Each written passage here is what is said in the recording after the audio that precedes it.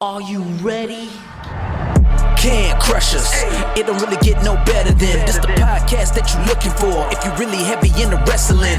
Hosted by the Mark. Energy that's so amazing. Gotta keep it entertaining. Rep the Can Crusher Nation. Yeah, you know what's going down in the ring.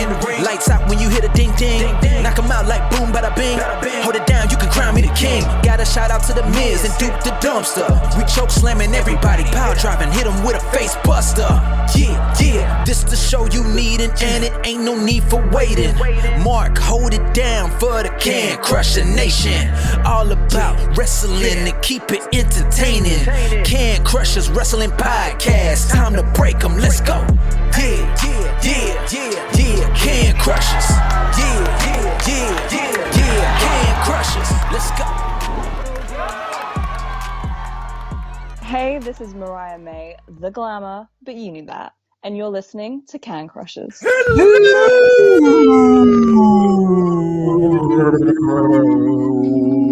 Wipe out.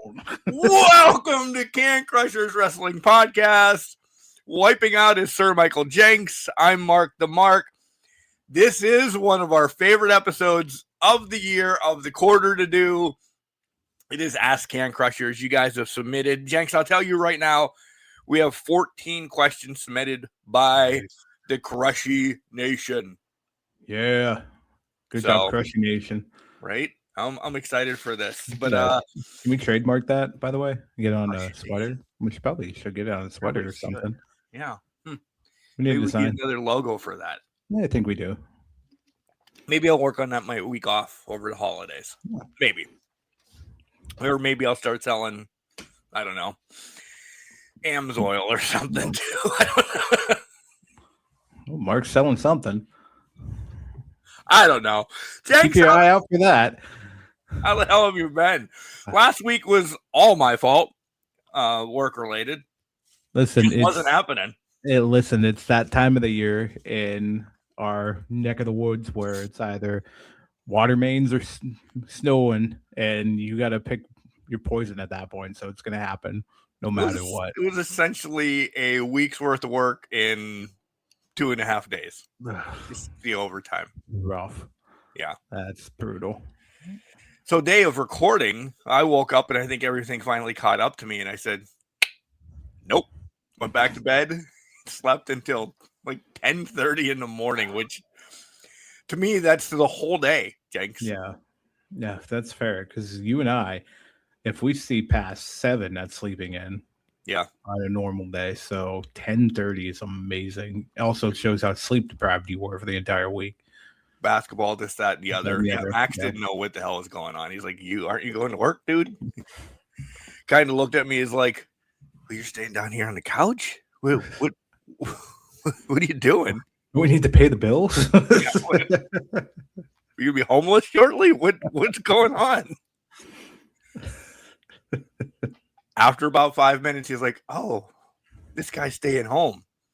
The thud right on my chest. And 10:30, we both woke up and we're like, "You want to go to breakfast, buddy?" So we went to breakfast. All in all, a good day. And I did nothing else the rest of the day.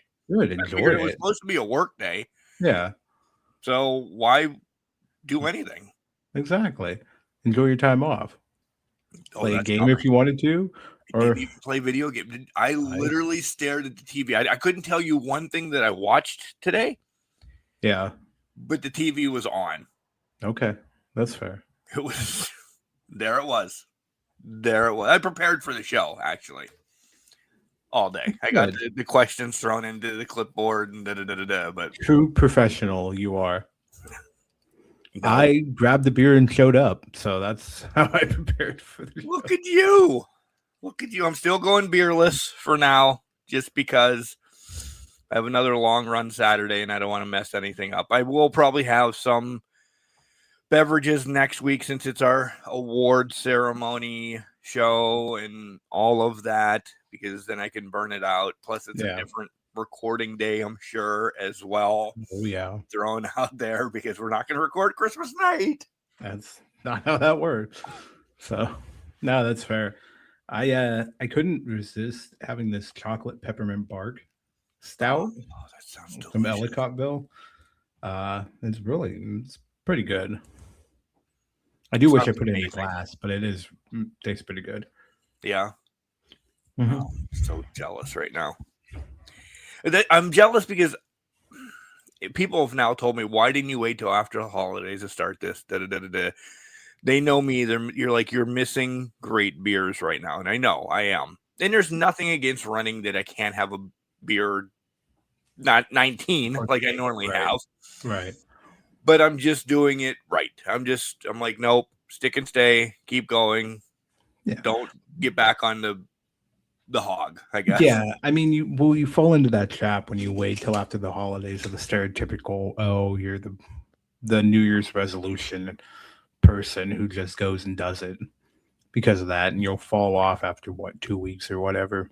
Right. There's a lot of things.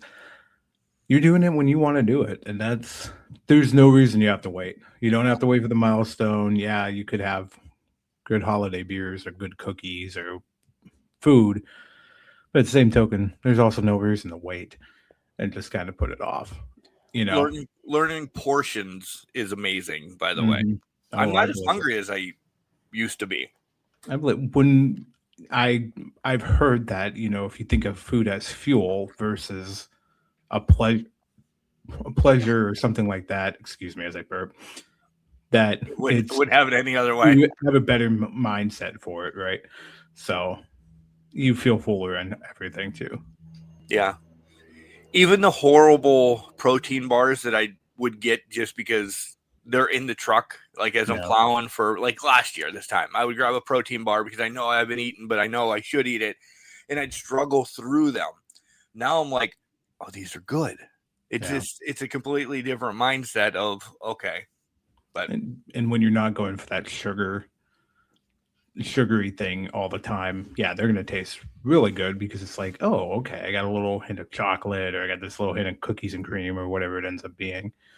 right, I'm not eating 18 Reese's Cups. trees. Yeah, exactly. I haven't had one yet. Good for you. Thank you. I was being very good. Wow. Did you have a Halloween one? The pumpkin one. I didn't have a pumpkin one. So you're back all the way to Easter then. Yeah, well, I will say they had the gold medal ones in the summertime, and I was like, oh, what do these taste like? So I had one there, and I'm like, well, these are bullshit. And at the bottom of the list of Reese's shaped peanut butter cup. I did have those ones too. Yeah. And they were ass. And you lose a lot, actually, because the metal is significantly smaller than the tree and or the egg. The egg is still the best. Egg's the best. It's the perfect shape. Tree, pumpkin. And I always say that the pumpkin is the egg, but it just has a little bit of a smushy stem on it. Yeah. Yeah. Absolutely. The metal was ridiculous, though. You lose a quarter of what you're going for at the same price. The metal, extremely disappointing. Yeah. Anyways, that's our podcast for today. Thanks for joining us on the Reese Cup. I asked how you were. You said, and then you really didn't tell me, and I just went, that's so true. what are you doing? Oh, man, I am doing stuff at the house. Work is work. Just being whatever. And then I do have a fun story for you. We were supposed to do a birthday party on Sunday for Kimberly's sister. We were traveling down to see her family, and we got on Interstate 79. We're going down. Well, Sunday, there was a little bit of snow. And if you know anything about my neck of the woods, there's a snow belt that hits below I-90 in between where her family lives. It just sits there. Doesn't go anywhere, right? For days. It's like apocalyptic weather. Nobody would believe it. So we're like, oh, it's nice up here. We're going to be fine. Her dad's like, oh, we're supposed to get an inch. It's fine. We're like, okay, cool. We're going to get on the interstate. Get about 5 miles down the road. White wall. Okay, cool. We can still kind of see in front of us, so people are slowing down. It's 45. The interstate speed limit's usually 70, but they have it at 45. So now we're just slowly moving, and we're like, okay, we'll make it.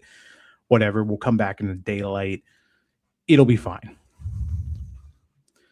Get to the one exit. So we get to what is called the Edinburgh exit, and we're sitting there, and there's a line, and we're like, oh, something's going on here, right? What's going on? Yeah. What's going on? Don't know, never saw it, because we got diverted off at that exit anyways, because they had cones and a fire truck already posted, and it was just snow covered on the bridge that goes over this exit. We looked at each other and we're like, I think we're going home. Mm-hmm. She's like, absolutely. Her sister hadn't left Erie yet at this point. And so we called her and we're like, there's no way. They just diverted us off, And she's like, oh, okay. Well, we'll call her parents and all that, right? So we called them, said it. They're like, go home. Don't worry about it. We're tracking back northbound. So we're coming back, same thing, 45, slow. We get 3 miles northbound. There's a Tahoe into the guardrail up ahead of us. Then there's 3 cars on our left side in a bundle, and one is sticking out into the lane on the left-hand side. We're like, oh shit, there was an accident, because it was really close together. Cops walking around the car at this point. Must have just happened. 3 more as we're going up the right side again, and then an additional 2 are ahead of that. So there was 9 cars that were involved in whatever this accident was as we're proceeding up to go home. Good call turning around, by the way. I know. I was like, well, I'm glad we did that anyways. So yeah, we ended up, she took a picture because she was in the passenger side. I'll send it to you, but it was absolutely ridiculous. Like, there's accidents, it was just a bad time had by all. And after we got off the interstate, one of my sisters is like, hey, they closed 79. Totally. No shit. Yeah, no shit. Here's why. So, and they're like, oh my God. I'm like, yeah. So absolutely ridiculous. I just sent you the picture, but it was insane with what was going on. So we survived that. Holy shit. When he's talking whiteout, this is Kimberly in the passenger seat, I'm sure. Yeah. You can see 10 feet, if that, in front of that. Yeah. In front of. And then this wreck is something. Like, you were, when you drove by it, you were clearly on the shoulder having to drive by this monstrosity. We couldn't be. We were in the right lane. So where that semi is, it's the right lane, and we're just driving straight. You can't change lanes, and we couldn't even get on the right shoulder because that original Tahoe was on the shoulder into the guardrail. And I don't think we got in that picture, but that was right up the road from it. Good Lord. Yeah. And this is in the truck, clearly, right? I was like, she's like, do we take my car or the truck? I'm like, we're taking the truck. That thing's got 4-wheel drive, heavy duty tires that you hate because they just thud on the road right now because I put them on there for the snow and they're all seasoned. So I'm like, it's going to work. And then also it's got more ass to it that nothing's really going to move it. Everybody on the podcast knows what you mean by that. Yeah, there's enough ass to that truck that it's going to hold steady. I could be the size of a twig and it would hold steady because it's got that much weight to it. It's just a regular 1500 Silverado, but it's just one of those things. It's been a year already for weather, like down here. But as I say it was 40 today, and we don't have an inch of snow outside anymore. Anything. We have nothing. It's all gone. Whatever we got over the weekend, the feet that we got over the weekend is gone. Yeah, it's not all gone, but it is melting fast up here. But tomorrow, the day after recording, 20 degrees. Good luck. Yeah, because everything's going to freeze real fast.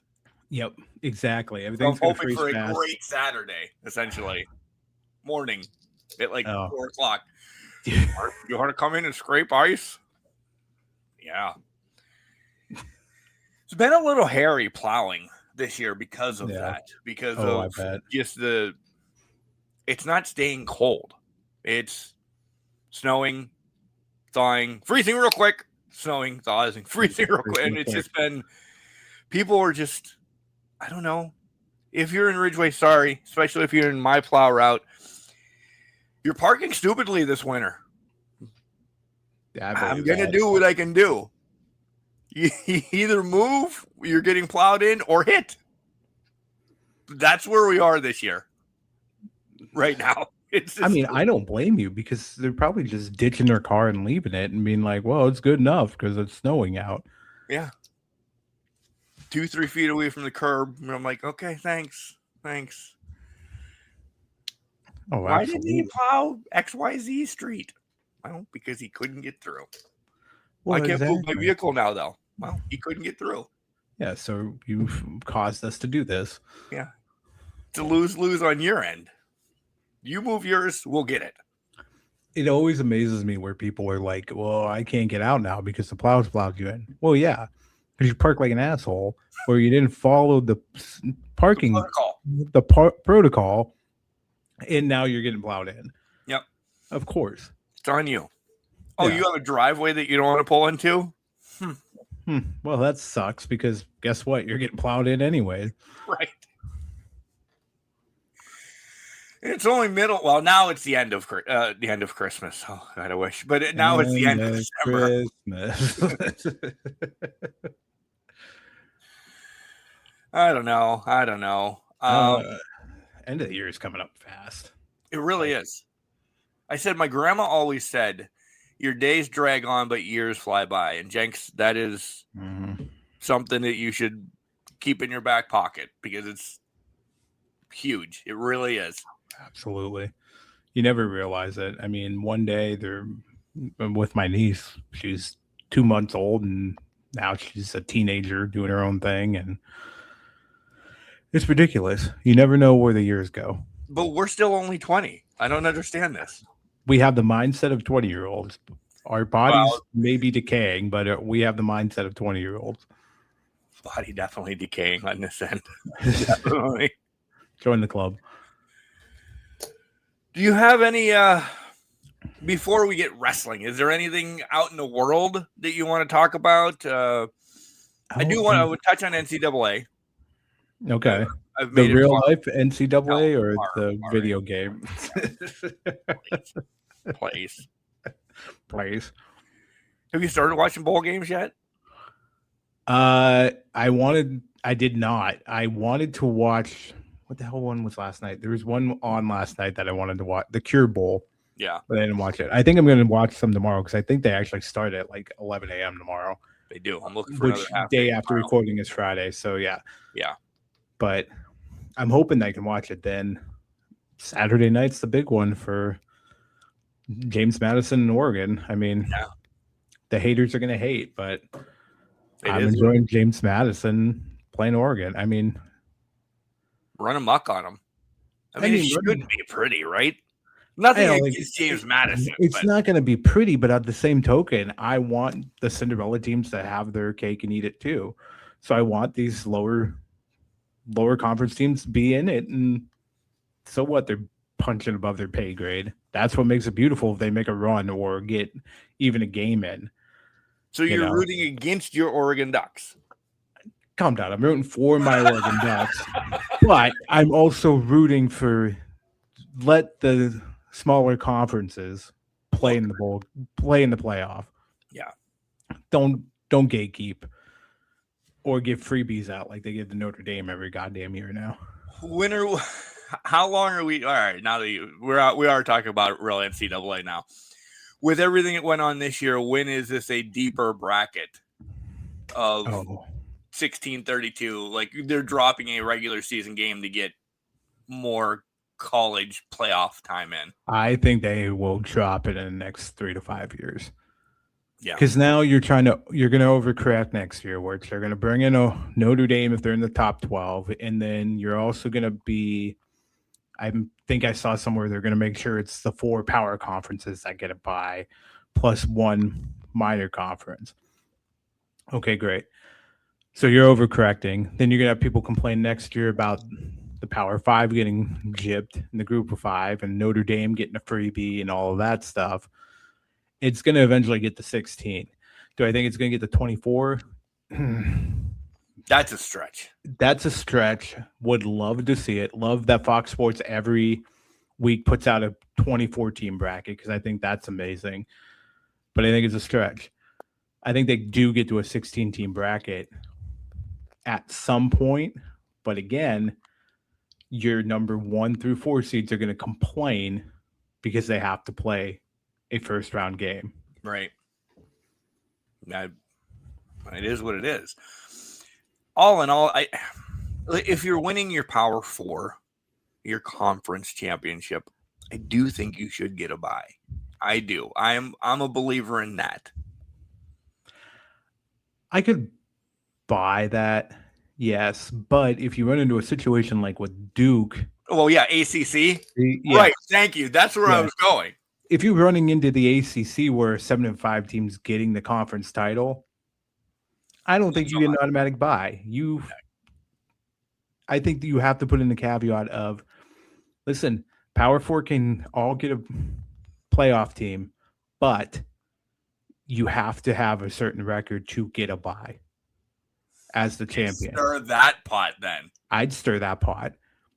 You got to be 10-2 or better to get to be a guaranteed first round bye. I'm all right with that. Because, I mean, haters going to hate, as you said, though. Haters will always find a hate. And also, the only reason Miami got into the playoff was because the ACC didn't have a team in the playoff. Right. I mean, call a spade a spade. Right. And that's why Notre Dame got chipped. Mm-hmm. Exactly. Should Miami be the one in there, though? Oh, I think Notre Dame and Miami should be the ones in there, and Alabama should be sitting playing another bowl.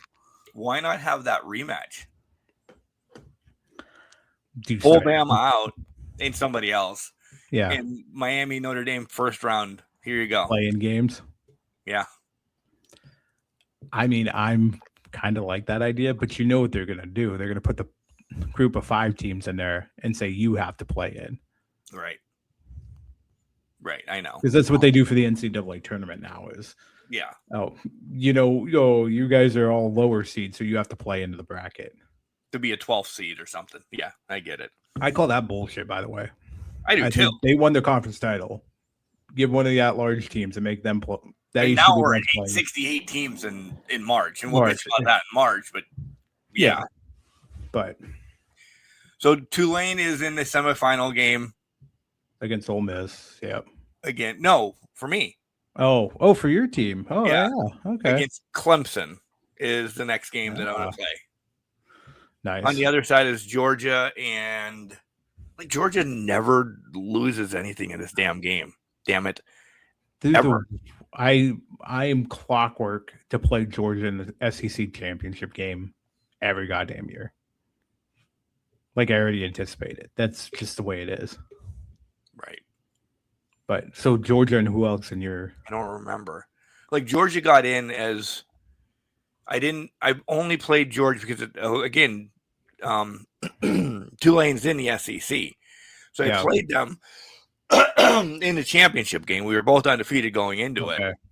So they got in it at large. I don't remember if it's a Big Ten team. I want to say it's either Michigan or Ohio State, honestly, because it's something. But I know I got Clemson, and then Georgia's got them. It's probably going to be Tulane and Georgia for the championship. Oh, absolutely. So they just never are not on the freaking, I don't know. Maybe I go there to coach and blow them up and then leave. I mean, you could, destroy the program and then get out of there. Smart. Yeah. That's smart. For me, we just won the second national title in the row at Ole Miss. Didn't leave, so I'm back again this year. kind of. I steamrolled the first 5 opponents. Like it was Missouri, like BYU was 12, did them in. Went to Iowa, did them in. Then had a couple, whatever, slump games, whatever. And then now I have to play the heart of the SEC schedule, back to going to Alabama, back to going to Jordan Hare, all of that stuff. Yeah. So, but 2 back-to-back national titles. Can't complain too much. So, do you have a dream school that you want? Do you want to get to Oregon? Because I'm still holding hope that I get to Pitt, but I want to blow up a team. Here's what I would. Yeah, right. I would say if the Oregon job was available and they let me bid on it, I probably would jump for it because I think that would be a lot of fun. But I'm also like, well, we won 2 in a row, and we've gone to the playoff the 3 years I've been here, so we can still chug forward. Right. Like I'm building something that I'm like, I don't hate staying here and building this up even further and being dominant for 10 years. Because it's going to have to be something truly special. Ole Miss is a school that I would lock in on Ole Miss too if Pitt would never come around. Yeah, Ole Miss is like locked in on Tulane. I just want out again. You want to get a bigger, better school type deal. Right. And like Ole Miss is like that proverbial, they're always on the cusp so they can get the players, but they don't have the coaching to get them over the hump, or they leave for LSU, one of the two. Right. So it's one of those. So I'm like, okay, we're locked in right now, I think, for my teams. But nice. I am thinking though of running the Can Crushers through the gauntlet, through college football. I mean, I got to lead the team in a dynasty at some point. You do. Jenks is still playing old last year's. I'm on this year's, by the way, FYI. Oh, I'm on 26. Oh, I didn't know you got 26. I got 26, yeah. I got 26 when it came out. I thought you were still playing last year's this whole time. I texted you. When I did it, I found out that for 26, you can transport in what I did in 25. Right. So I just had to like make minor edits to the team, and then it would go into 26, and I could pull it into 26. Son of a bitch, then. Yeah, I've been playing 26 this whole time. I thought you were still on last year. No, last year's got retired, deleted, and sent on its way. Yeah. Okay. All right. Now, do you have anything pressing in the world that you want to talk about? Since this is Ask Can Crushers, and it will be the rest of the way questions from the nation after this. I think my biggest thing is we have to mention Cena's last match. Oh, yeah. And talk through that. But outside of that, I don't really have anything pressing. I will say the C2, it's been fantastic. Speedball and Fletcher giving me late contention for match of the year. It is. It is. So it's on there. It's floating. It's getting into that realm here. So when I start really sitting down, hunkering down and deciding who's making what, that's next week, by the way, folks. Yeah. So, and earlier than you think recording. So there you go.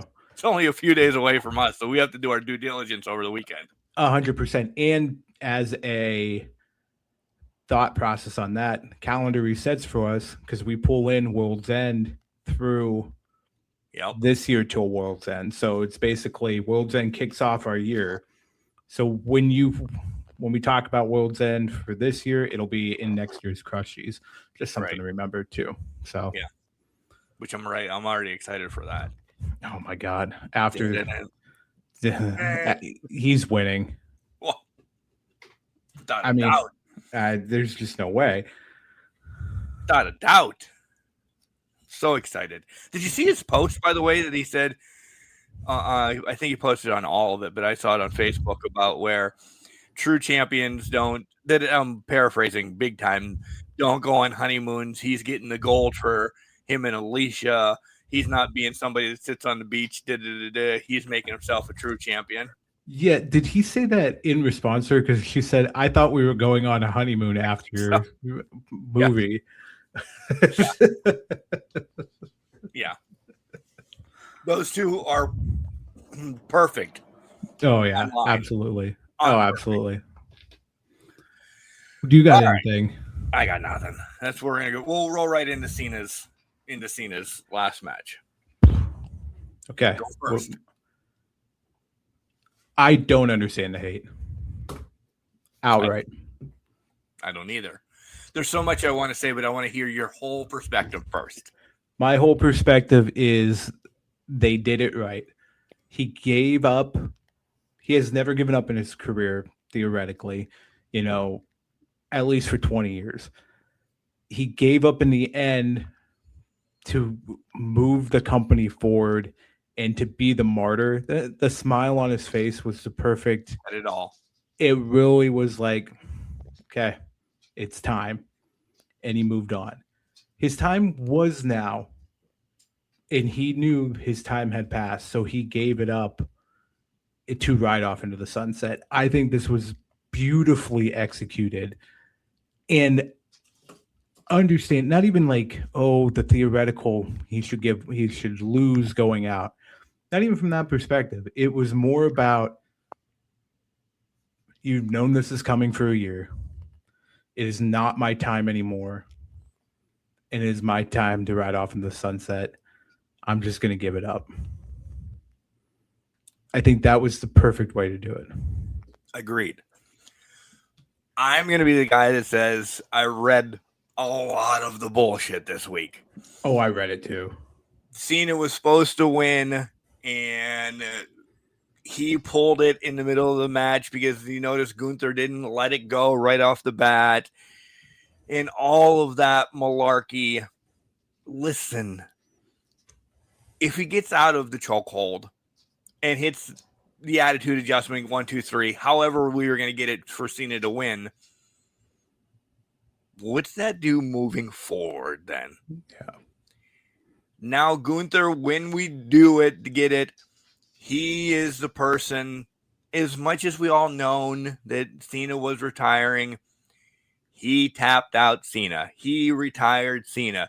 It is something for him for a while because, listen, on my end, Gunther was getting a little stale again. Mm-hmm. This is just a push. It is something for, now Gunther's not young whatsoever, but he's the next to take it over for a little bit, so to speak, right? It is something for him to hang his hat on and do it. And you brought it up. It was the first thing you said, and I agree. And I said it was apropos, the smile. You've seen the smile from Roman to Cody. Mm-hmm. Now from Cena to Gunther.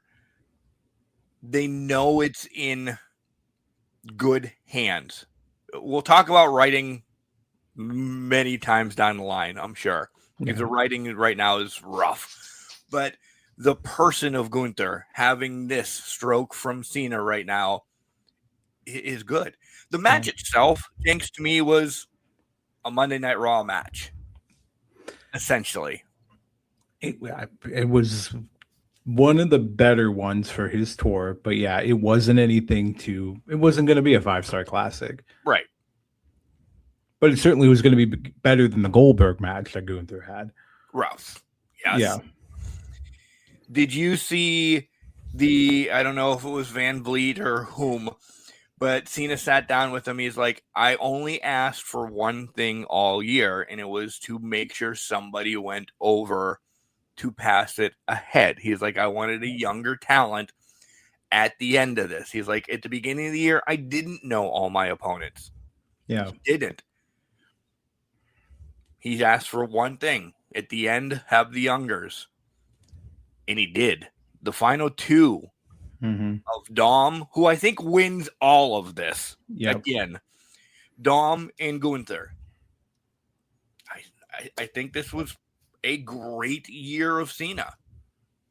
Absolutely. And I think a lot of the hate comes from, well, Dom lost his first match and then won the second match. So they could have done that with Gunther.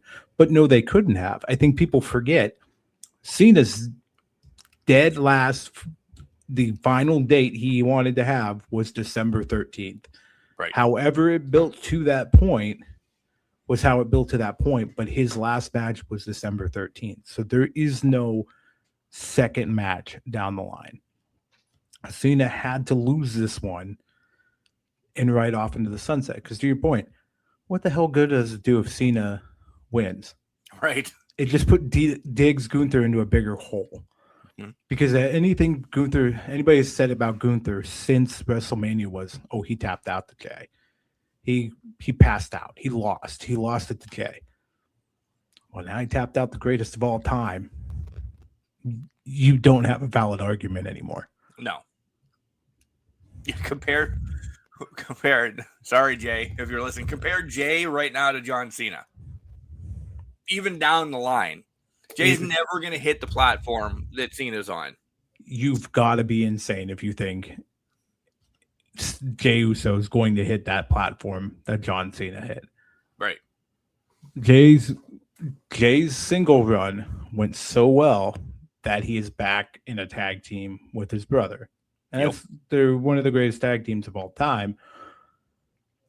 But Jay is not that guy. No. He is a great in the middle to yeet the hell out of everybody. Yeah. Not a main eventer. Absolutely. The singles version of all of this. 100%.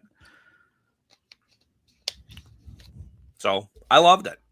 The rest of Saturday night's event was okay. It was good. I mean, I like that I was wondering what they would do with Oba and Cody because I knew they weren't going to finish it. There was no way they were going to finish that. So Drew coming out, fine, whatever. Also, I saw a great edit of Oba coming out to Swerve's theme music. It works and it's fantastic. Yeah. So if you can find it online, oh yeah. Okay. But yeah, and I was relatively surprised Soul went over Bailey. I thought that was. I'm not. I guess I shouldn't be, but I was at the time. I'm not because I think it was Cena's play. The youngsters, go over my last night, which is fair, as they should. Yeah, and we've talked about Bailey maybe not being around WWE much longer. We'll see. Yeah. End of next year, essentially, right? I think so, yeah. So that'll probably work into predictions next week when we do the Crushy Awards. Yeah, some bold-ass predictions coming next week. Yeah. At the end of the show, we'll give you all the hoopla that we're going to do. But I want to get to the questions from the people of Can Crusher Nation. Are you ready? Let's do it.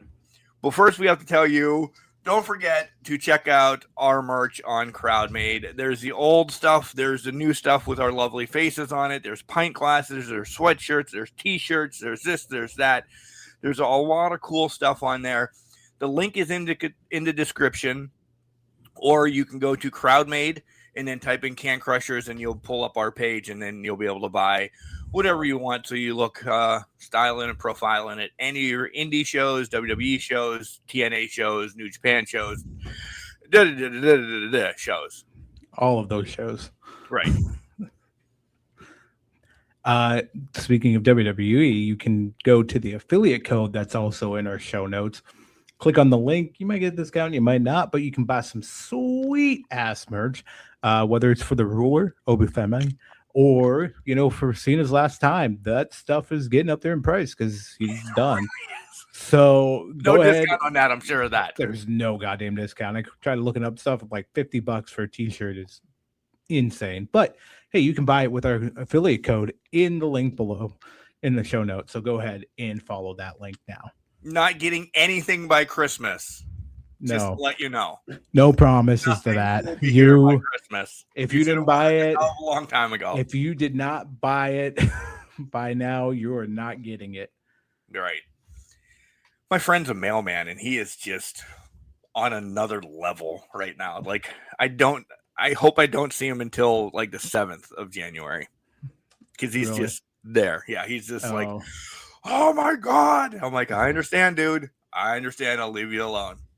So support your mailman. Don't forget to leave him a card for Christmas or something. Tell him you love him every once in a while.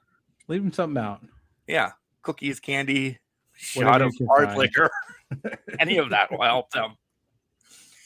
Don't forget, you can join us on Facebook, Instagram, X, Threads for all the discussions. Stuff gets posted there. Join all of those cool social medias. Like, subscribe, and do the cool things there too. Absolutely. I also forgot we have a IMDb, so that's fun. Also, We go do out there and have check an us out on IMDb. there. Yeah. Saw that. But anyways, yeah. Do that. You can listen to us anywhere: Apple, Spotify, iHeart, wherever you get them. Even YouTube. It's only our beautiful picture, but you can listen to us on there as well. So go ahead, get out there, and listen to us. Yes. That's it. Yeah. After we give you all the categories, if you would like to email your winners and we'll read them on air next week, or call in, you can do that when Jenks gives you his phone number. Email him at cancrusher69@gmail.com. At the end of the show, we'll say, get a pen and paper, write down the categories. If you want to send them in, we'll read them on air to compare them to ours, or you can call them in as well. And Jenks will say, listen to this idiot, Moochie. I won't call you Moochie. That's a personal insult to you if I do. Right. So to anybody.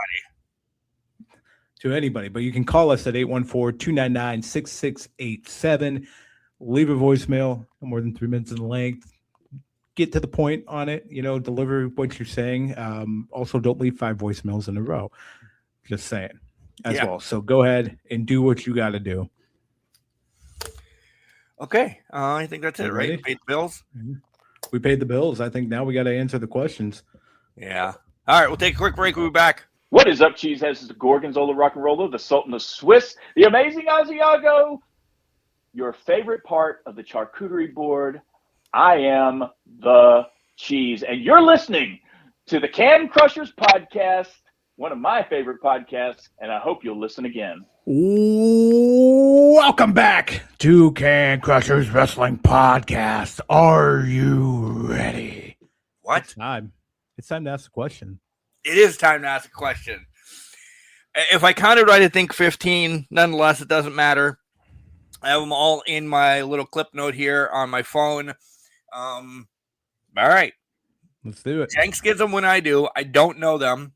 I always preface this. I really don't. I copy and paste. I just throw them in my clip notes and just roll. So I stutter when I read and all of this. So get ready.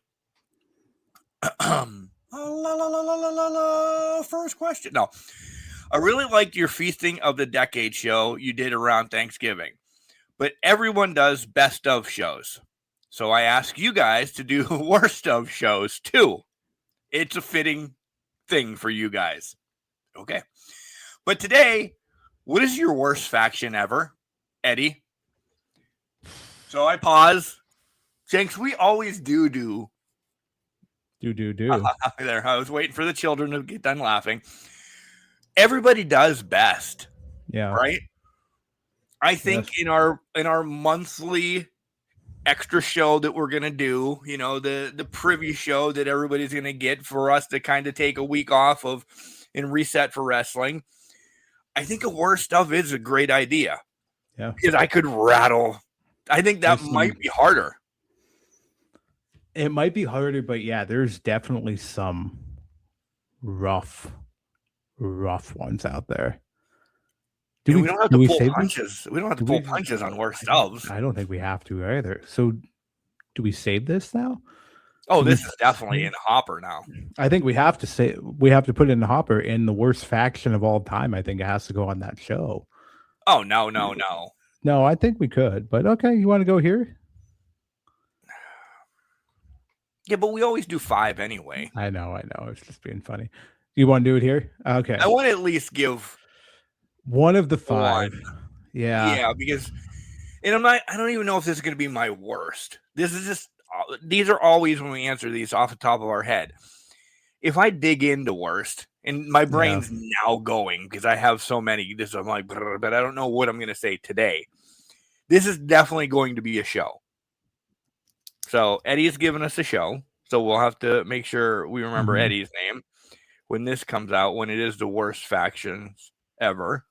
But off the top of your head, Jenks, what's your worst one?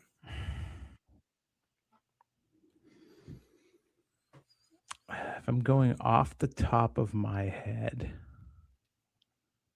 Like, oh, fuck. It was. See, you're thinking too much. I want to say that. Yeah, I'm going to say the Truth Commission because I was like trying to think of somebody else, but like the Truth Commission just didn't have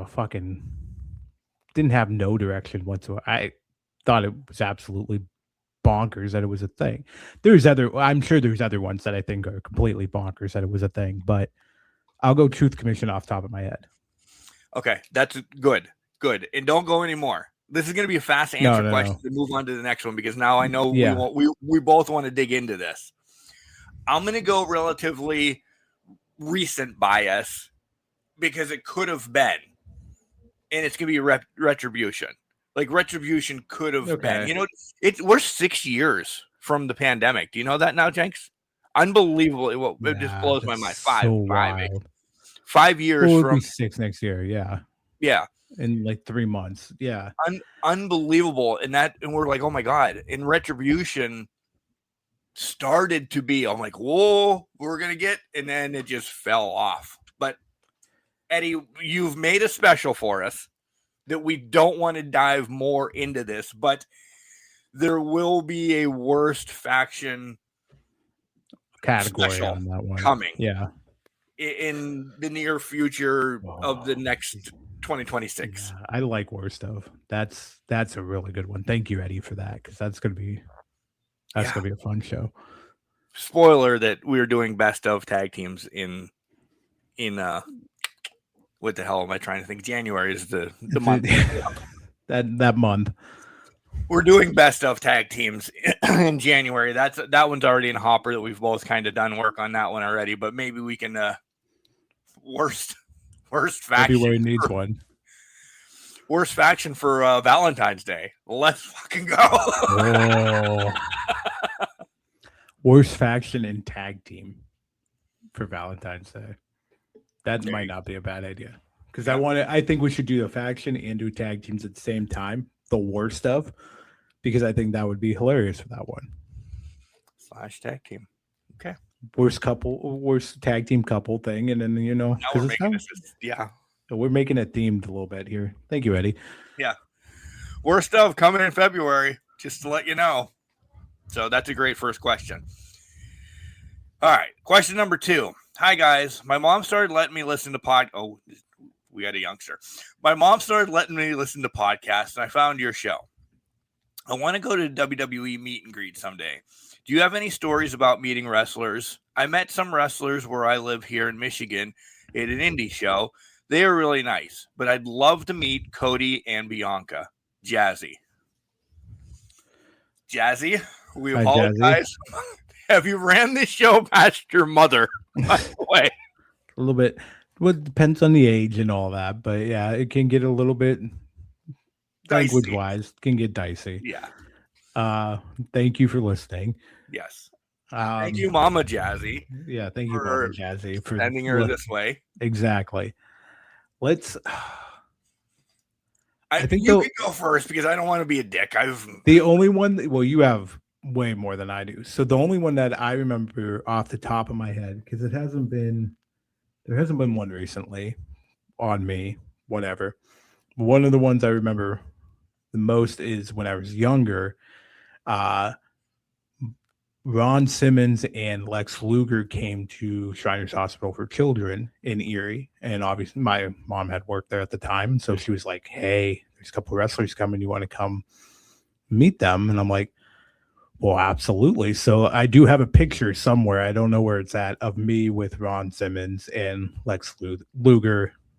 They were around taking pictures, obviously, to be there for the kids and all of that stuff. But yeah, it was pretty special time at that point. So that was always a fun memory that I had with it. Never did meet anybody when I was dressed up as Jake the Steak Roberts and made it to the MDA telethon on local TV. But, hey, whatever. That happens. There's always something, right? There's always something. Jazzy, I will preface this first, okay? I've met a ton, and I'm not gloating. I've met a ton. I really have. There's some that I could reach out right now and we could have a conversation. There's two that I want to tell you about, Jazzy, but I also want to tell you, don't wait just for a WWE meet and greet to come to your town. I know you said you're in Michigan, so there's the Upper Peninsula. Indianapolis always puts on a great, like a WrestleCon. I will always say go to WrestleCade in November, sometimes down in Winston-Salem, North Carolina. Go to some of them. You might not get your WWE people that you want to meet because they're very stringent on the way their contracts work, but you'll meet a ton of AEWs, a ton of older wrestlers, and it's relatively, unless you're crazy like me, you can go relatively cheap and just have an amazing time for a weekend or whatever and have a blast. Same note, you brought up that you talked about you met indie stars. Remember, those young indie stars are the Britt Bakers that I met in Pittsburgh, the Wardlows, the Joaquin Wilds that are now, DJ Z he's Joaquin Wild now, but he was, yeah. So go continue supporting your indie thing and meet those because they're going to be on a bigger stage at some point without a doubt. So get them before we know them. So you can come on the show and tell us about Bob Smith, Debbie Smith, whoever this wrestler is, because that's what we like. That's essentially why the spotlights have always been around and everything. But my two that I want to tell you about, one is Britt Baker. She took essentially, she lived an hour growing up. I called basketball games of her not knowing she was going to be a professional wrestler. She became a professional wrestler at IWC in Pittsburgh and really took a liking to my son and my best friend's son, Ethan and Sylvan, and they were kind of like inseparable at shows. Britt was always awesome to them, made sure no matter what, she would find them in the crowd. Afterwards, we met like Britt's family and, we've talked and this, that, and the other. So Britt means a lot more as like the dad, passing wrestling on to my son. But my favoriteest one was meeting Roddy Piper essentially in Maryland. He was just doing like a comic show, not a comic show, a comic store signing for like just a couple hours. And we bought these tickets in advance. We waited in line, but as soon as we went in, he was like, "Hey, how's the family?" This, that, or the other. He made it so personable that he didn't know me, but I thought he was my long lost brother. He was unbelievable. And then it was only 2 weeks after that Roddy had passed. So that one always stays with me, that I'm so grateful that I had the chance to meet one of my childhood villains, or essentially turned out to be heroes. So don't wait for just a WWE meet and greet one. No. Search. I know Michigan's big. I don't know again where you are in Michigan, Jazzy, but I know there's other things going on. Detroit, this, that, or the other.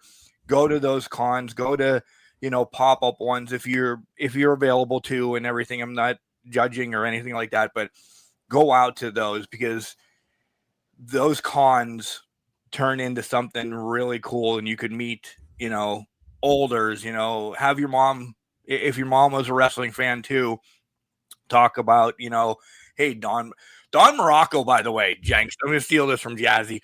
Don Morocco is coming to big event, whatever the hell number it is, in New York City in March. Know how bad I want to go. It's his last ever signing on the East Coast because he's just going to stick and stay in Hawaii then. I can't go. When is it? My 5K in DC. So I need to get the English professor, somebody to go to New York City.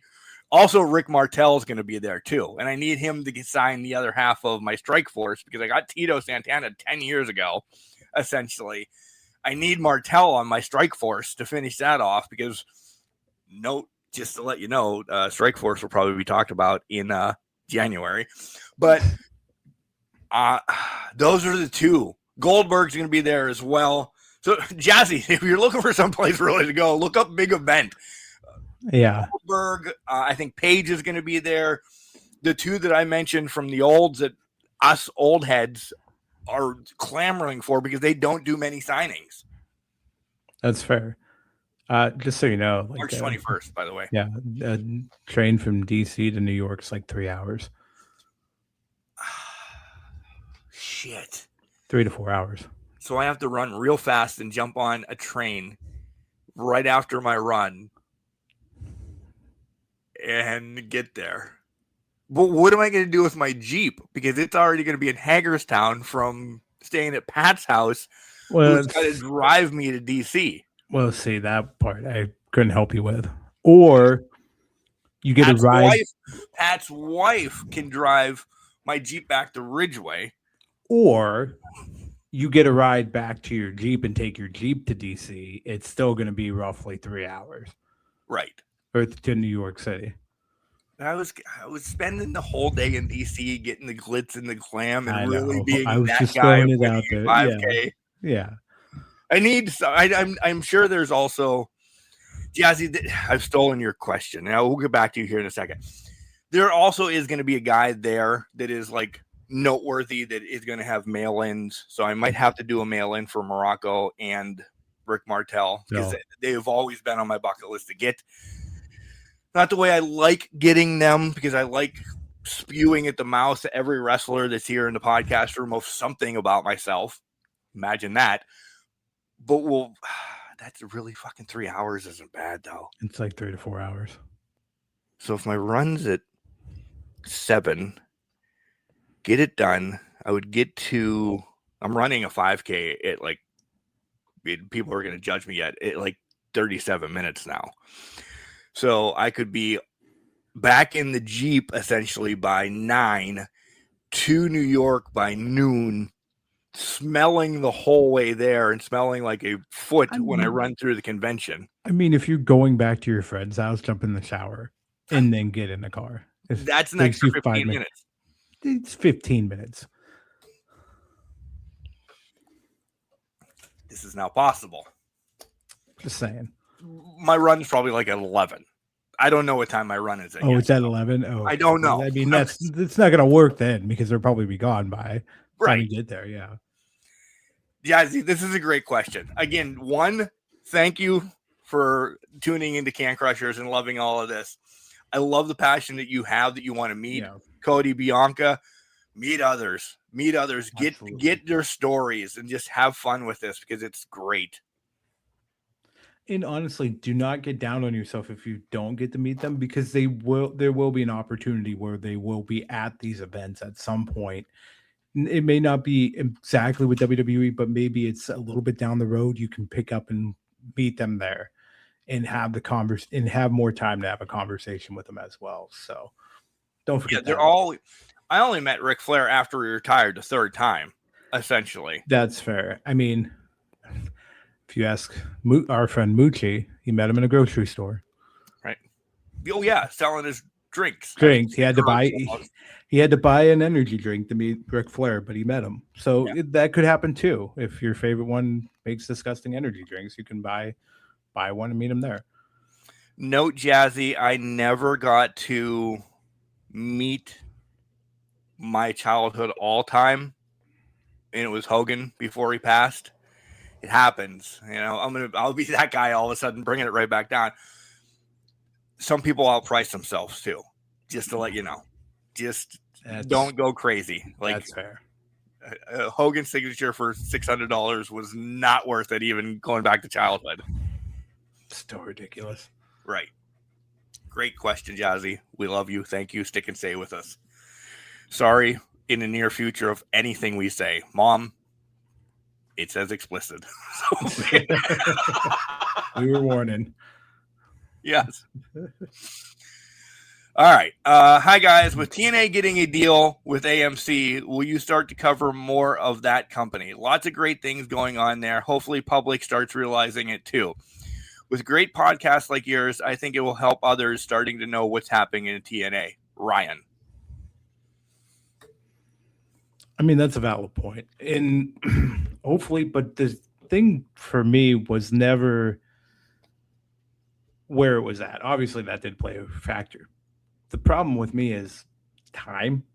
I mean, sometimes you just don't have enough time to catch everything. So you have to kind of pick and choose where your spots are. Like, I would love to watch more NXT. I can't. So I pick up where I can, watch a little bit here, watch a little bit there to keep track of everything. But at the end of the day, it's just timing. And things just play too much into it. And there's not enough hours in the day is what I'm trying to say. Exactly. But on the same point to Ryan, yes, I think, because I think it will be more public. Yeah. So there will be more eyes on it for us to say there's more clips on it. There's more this on it. We don't have to search as much, essentially. I mean, AMC still is not Netflix or Fox or any. I'm not knocking AMC, but I mean, it's still not one of the majors, but most everybody gets that now, essentially. So there is more streaming availability, this, that, or the other. So yes, to what Jenks said, it is time. And I would say yes to probably, Ryan, more will be out across all podcasts because of what that is. Absolutely. They are doing great things. When I do see clips. Yeah, they're doing amazing things. I'm not denying that. Do not get me wrong. TNA is doing great things. Just not on the top of the list for watching for me. Right. Again, it's just you have to pick and choose. Yep. Okay. Oh my God, this one's long. Hi guys, I am 65 years old and have watched wrestling as long as I can remember with my dad and brothers. The 70s and 80s are my favorite times with characters and stories that kept you involved. I like the product that both AEW and WWE/TNA, so he's on board with us and it's already owned. He knows. I don't know. Yeah, it is a he, by the way, are putting together. But I watch everything I can and need a break from time to time. Is there too much wrestling available? Wow, wait right on the other. That was a nice way for that to fall into place. Okay. Is there too much wrestling available for the public to watch in major brands and local startups and all of that? Richard. Sorry. I every time I hear the name Richard, I have to say that. Anyways,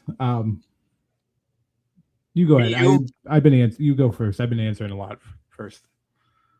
I agree with you. I like everything AEW is doing, WWE/TNA, NXT, all of that.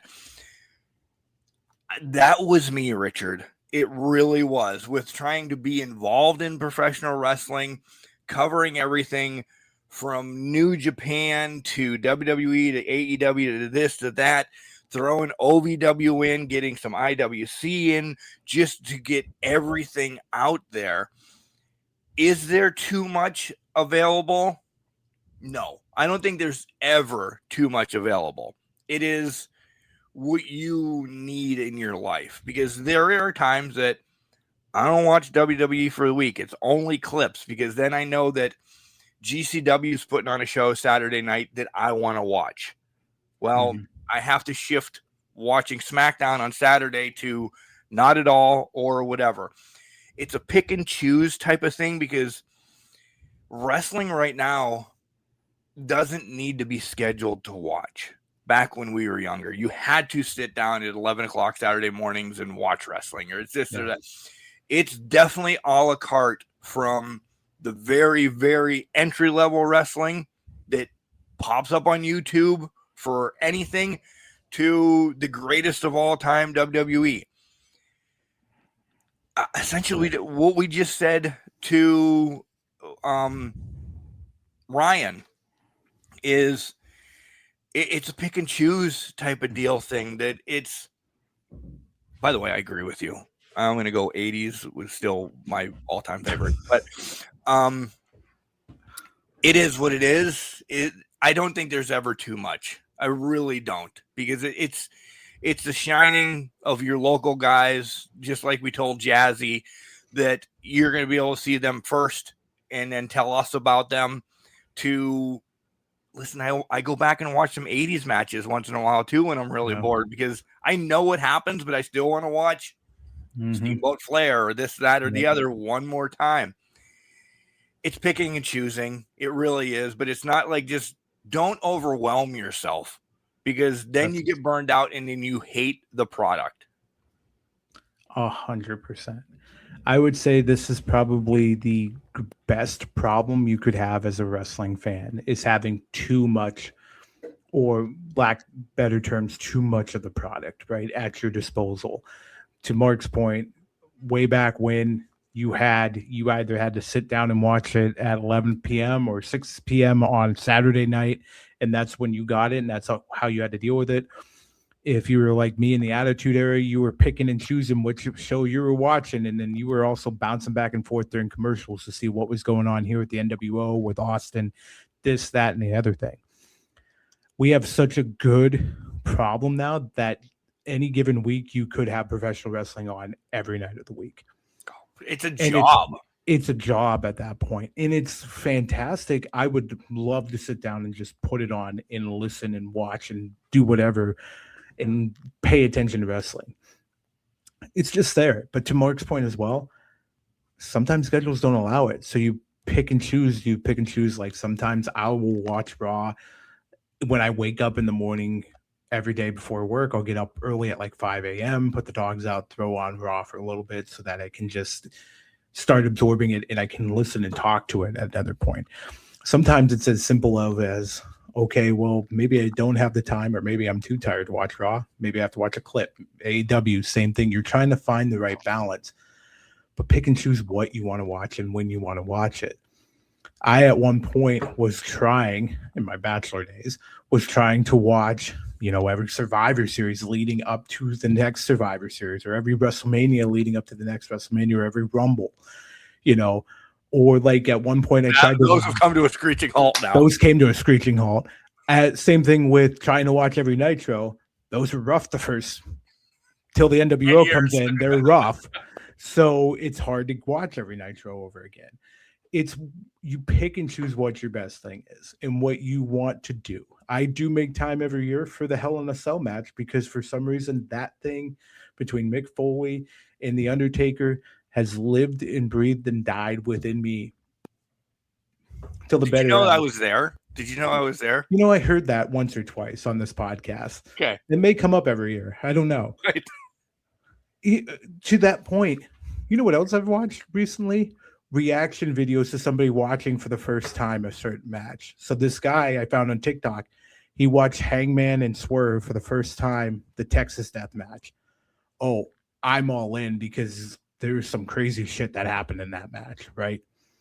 So you watch those things and just feel it again. Feel the first time excitement of somebody, because you made the same noises that this guy did. The oohing, the eyeing, the staple gun with the finger paints. It was one of the blood dripping in Hangman's mouth. It was insanity. But you watch that stuff to relive it, because it sticks with you so much. So I think to that point, Richard, it's the best problem you can have. So you take it, you take what you can have, and you love every minute of it. So Richard, I'm looking at buying, and I don't have the money to get it, but I'm just telling you, if it's on a wish list, if anybody out there wants to send it to me, a treadmill that can hook up essentially to TV, this, that, or the other, or a treadmill that I don't want to put a treadmill in my living room to have the TV. And there's enough little TVs in here that I really don't need to do it. But I want a treadmill that has TV access. Yeah. Because I can then watch these, especially my longer runs are coming now. I in this again, I'm running nothing but 5 miles, and I have to continue to get up to the half marathon that I'm doing in May first, before I get to the marathon, which are 20-mile runs. And those are hours essentially. And that's going to hit next winter again, when I'm going to be doing those long runs. So I have essentially, our local Y does have one of those treadmills that you can pull up YouTube, and I'll put in like clips, boom, boom, boom, that I could watch what happened on AEW this week, and they give me the highlights of it, this, that, or the other. That's where I'm getting mine right now. So I'm killing essentially two birds with one stone, and not saying, oh my God, my freaking hamstring is going to blow out, because I don't know it's going to blow out because I'm watching wrestling. My mind is diverted from running. I'm still running my miles, but it's diverted from the pain that is blowing my knee and hamstring out because I'm watching Hangman and MJF and go at it. And I'm like, yeah, there's ways you can get it in. Just don't over engulf yourself, because then, like you said, the product's good, but you can weigh yourself down. Absolutely. And that's where you get into, I need to take a break. I need to take a breather from this, that, or the other. So, and then you might even start spiting wrestling. Oh my God. I've 30 hours a week into professional wrestling. Look at all this extra time that I have to, go mow the grass or do other things or walk the dog or just walk outside and get sunshine. Go on a date, something. But I think we're in the best time of wrestling that wrestling has ever had, because when we were kids, we were fighting to trade tapes. And Richard, you're the same way, I'm sure. Trading tapes was great. It was months different of what was going on, but it was your first time seeing it. Absolutely. Now it's seconds that you could watch what happened, that somebody has it streaming here, there, or whatever. So I hope that answered your question, Richard. We really went all over. Maybe we got off topic. I don't know, but I want a treadmill with a TV screen on it, though. That's what you should take out of that. Clip it on TikTok and run it continuously. Get the views up. Right. There you go. There you go. See, that's how you make your money. Oh, all right. We went from a long one to a short one. Now that the year of Cena is done, will the WWE get back to stories, or will TKO just feed us what they want? Chris. Oh, what they want. Yeah. I mean, there's going to be naturally stories that kind of develop over time, but TKO is a business and it's going to give us what they want. I mean, that's why we're probably on the verge of Roman's Cody 3. Even though, yes, okay, Seth got injured, but instead of finding a new opponent for Cody or for Roman, they're just like, well, Roman Cody 3. Let's do it. Because TKO / ESPN sees the money. Yeah, exactly. Again. Yep. It's all about the money now. It really is. To piggyback what Richard just said, I do love the stories from 80s, 90s, essentially, compared to now. Like they're TikTok stories, essentially, for wrestling right now. They have to be fast and done to move on to the next one, because people can't engulf into, and I'm speaking just of WWE. AEW gives us a mix of all of it. Really long stories that started when they first started that aren't ended yet, to shit that ends before it actually starts. You know what I mean? Well, right. I mean, a classic example of that is apparently the Acclaim's getting back together, and they tried to scissor each other last night on Dynamite. Right. And maybe I just missed a couple shows, but I was like, when did we start liking each other again? Yeah.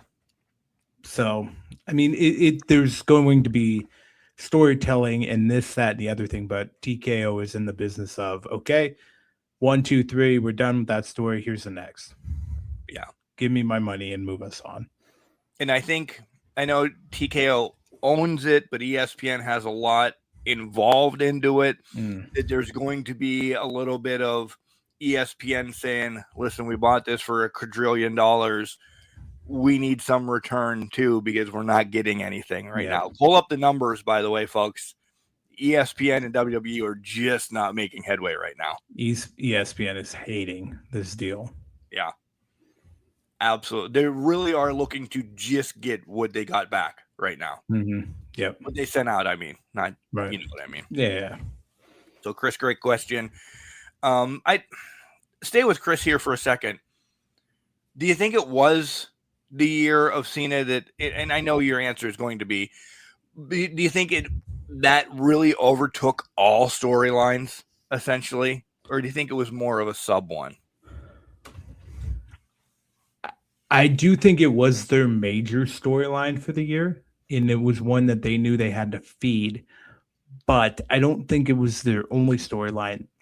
They've done in the past multiple stories at the same time. It's how you run a company. I mean, the bloodline dominated for years, but they still found time to build other stories around it. Now, arguably, and we've said it in the past, they weren't the greatest stories, but they were stories that were built around the blood. That were aside from the bloodline. So for falling back and saying Cena's year was the only thing they could focus on, and it was the only thing they could do, not really. They only had Cena 33 times this year. Right. To make it, that's your focus. That's when you bring the main focus to it. Outside of that, you have so many other stories that could play out. And I will give TKO or WWE credit in the sense of, they're building up Maxine a little bit with Becky making a run there. That's a good story that's been carrying on as a subplot. That's a cool subplot then of that is Becky and Jessica Carr. Exactly. So they built something out with that in using Becky as that linchpin. When you look at it, when you find the main players, Cena's one main player, but there's multiple other main players that they can play off of and get branching stories to expand it further out. So Becky was one example. Seth would be one. Punk would be another. Cody, etc. There's ways to build out from those people and have ripple effects that should be able to build out adequate stories for years to come, as Steph would say. Exactly. Yeah. Great question, Chris. All right. Next one's a short one too, Jenks. Oh, okay. I pre-read it. Sorry, because it was real close. It comes from Jessica. Oh, Carr? I think so. Has LA Knight lost his spot in any chance in the WWE? What do you think? I'm interested in yours. Of a major title, I've had double thoughts on this recently. Get ready. People are going to hate me. Jinder Mahal was on a hell of a losing streak and became a champion. And as much as we hate it, we loved it for a while. We really did. Same level. I don't know. He's not anti-American. He's not, he's not a bad guy. Could we get LA to a bad guy to get that quick win and do something like this? Yeah. And I didn't mean to put that in there, but yeah. I really think we could. I think now this could be his time with things going on and Seth out and what are we really doing with Cody and Drew? But Cody and Randy's right around the corner. Yada, yada, yada, yada. There's so many playable things. And there's also Punk over on the other side. Yada, yada, yada.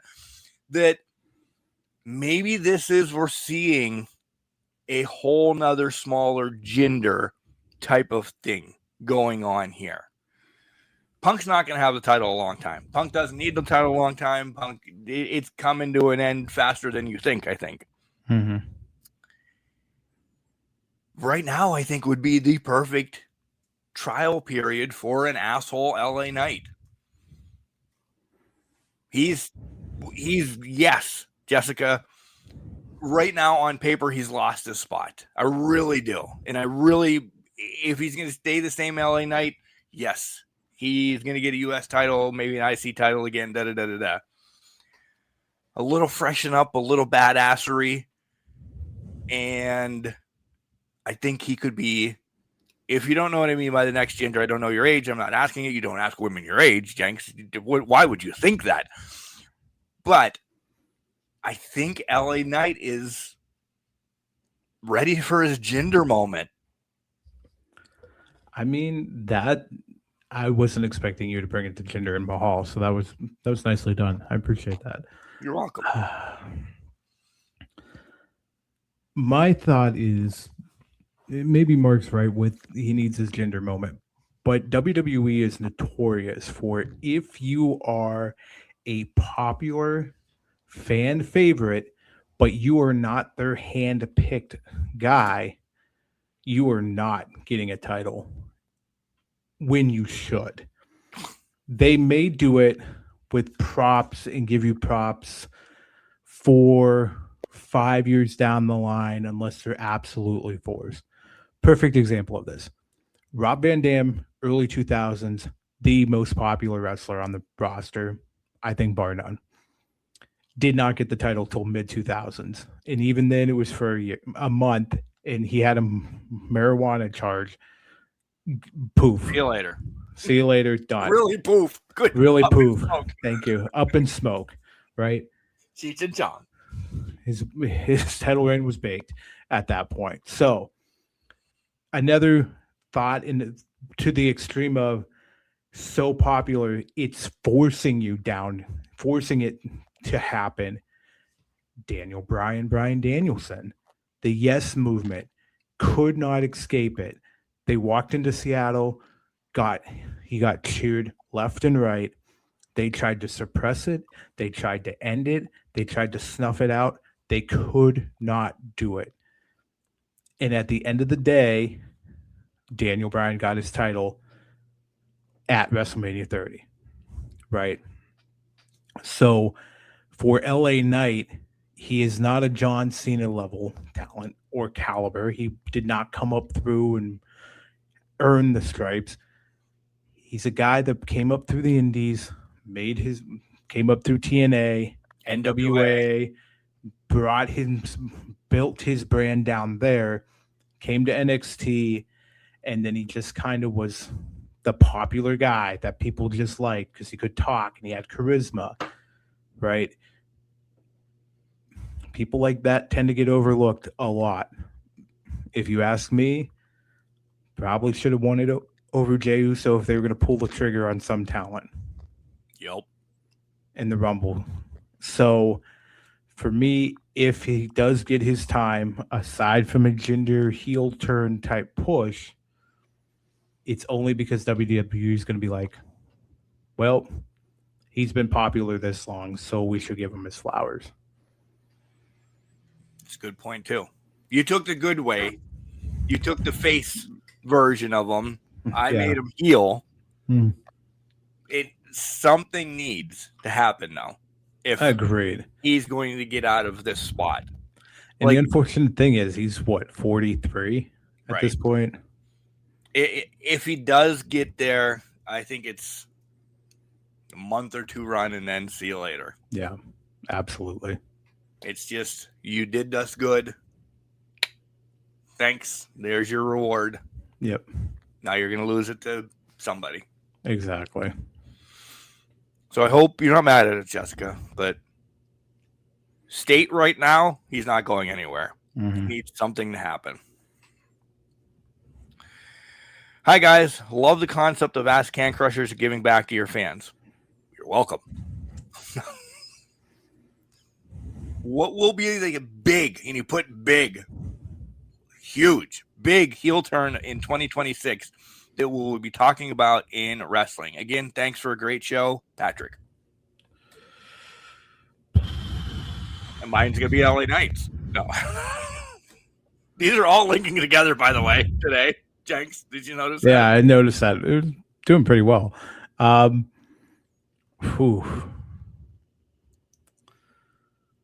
don't know. I think the only one that's kind of on the horizon now that might shake people would be like Jey Uso turning on Jimmy. I think that's going to get a lot of traction. Can we have another WrestleMania match, please? Probably at SummerSlam. I mean, that's probably where that's going to go. I think that's the only one that kind of has traction right now to be that big heel turn. I mean, if I look at AEW, Swerve and Hangman are going to turn on each other at some point, and we're getting a title match out of that. It may not be early on, but it might be later in the year. That could be a bold prediction too next week when we have them. WWE, I mean, there really isn't anything that's screaming heel turn. They could turn Punk. They could turn Cody. Cody was the one I was honestly gonna say, but it could happen. Go give you a reason for Cody, if you have one. Oh, I don't have one. I just there's tendencies right now, but I think he's got to get through Drew to get to Randy. I think, but I want to heal Randy. I don't want to heal Cody. Yeah. In that, like I want punting in the head Randy against Cody. And I don't know what do we expect of heel Cody. Essentially, I think it's chasing the same dragon as heel Cena. It's different, right? Right. So it's chasing a dragon at that point. It's just something different than the way they've been portrayed to us. I don't think he's on the level yet of the Hogan / Cena heel turn that I would think it would be the biggest. Yeah, no, and I love Cody Rhodes. Everybody knows this, but I mean, he wouldn't have a Travis Scott or Dennis Rodman come out in his corner at this point. Right. I think it's, I don't know. Is it harder to turn somebody heel or turn them face? If you talk to, I think I've heard this several times from vet wrestling legends and all that. Oh, no, wrestling legends. Oh, okay. Being heel is the easiest part of it. Face, you have to get the crowd to love you. Heel, you can do anything, and you just shit on their town, and they're gonna hate you. But it became cool to be heel at some point too. So now maybe that dynamic's changing too. That actually turns it into a whole other dynamic of, is there a heel baby face that a true heel, a true baby face anymore? Probably not, because a lot of people are rooting for the bad guys and also the good. Right. Like your best PC wrestler right now, and I mean this, I don't know, get into my brain and kind of think of where I'm going. He can play both. We love him no matter which way he is. He shits on our town. He makes friends with our town. We love him no matter what. So no matter what this person is going to do, we don't care. Is MJF. Mm-hmm. Is a heel, yes. Dirty tricks are awesome. Yeah. Is a baby face, dirty tricks against MJF is going to get a riot. Right. So that would never be a surprise. I don't know. And my phone died for a second. Patrick, this is probably the best question in wrestling for a heel turn, because it's something that we're not looking at. They do keep it under the hat that boom. Like I think there's just so many tendencies of Punk can always turn heel because we know his lineage with Randy and this, that, and the other. And Cody's just, there's always a tweak of Cody of something's going to happen sometime down the line. So we're waiting for it. The Hogan one surprised us. That's always going to be, we begged for Cena. Then when it happened, we're like, that was the worst fucking heel run in the history of heel runs. Yeah. So sometimes the grass is never greener on the other side. The grass is not greener on the other side. No. So Patrick, what do you think? I wish you would have told us something. So right back in and say, oh, mine was to have, I don't know, Paige or something. I don't know. I looked at Paige's picture in front of me. That's why I said Paige, but whatever. Turn. The Paige Turner? The Paige Turner, yes. Okay. This one's from Frank. Who will be the breakout stars in 2026 for AEW and WWE? This is fun. We throw shit against the wall on this one. Yeah. Oh, breakout stars for AEW and WWE. I guess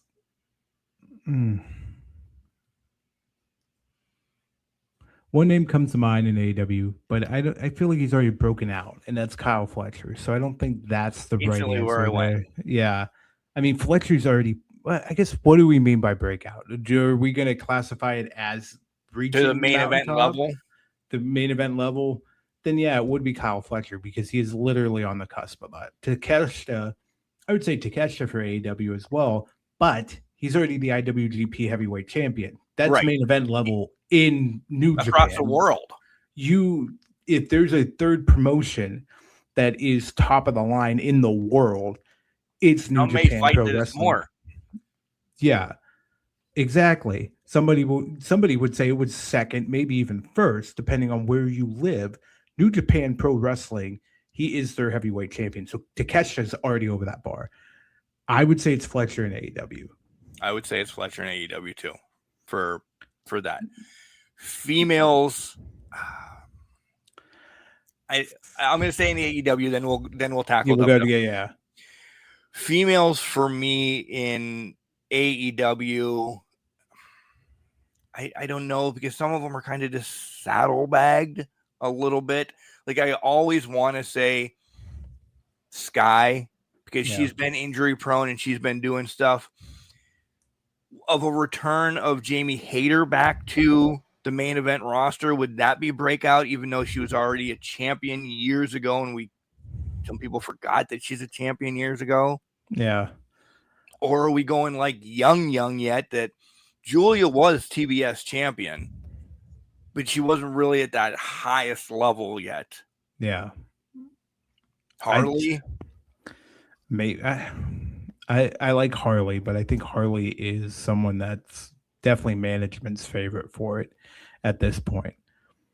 If I'm going in the AEW realm, this year would have been stat before September when she actually won the title, right?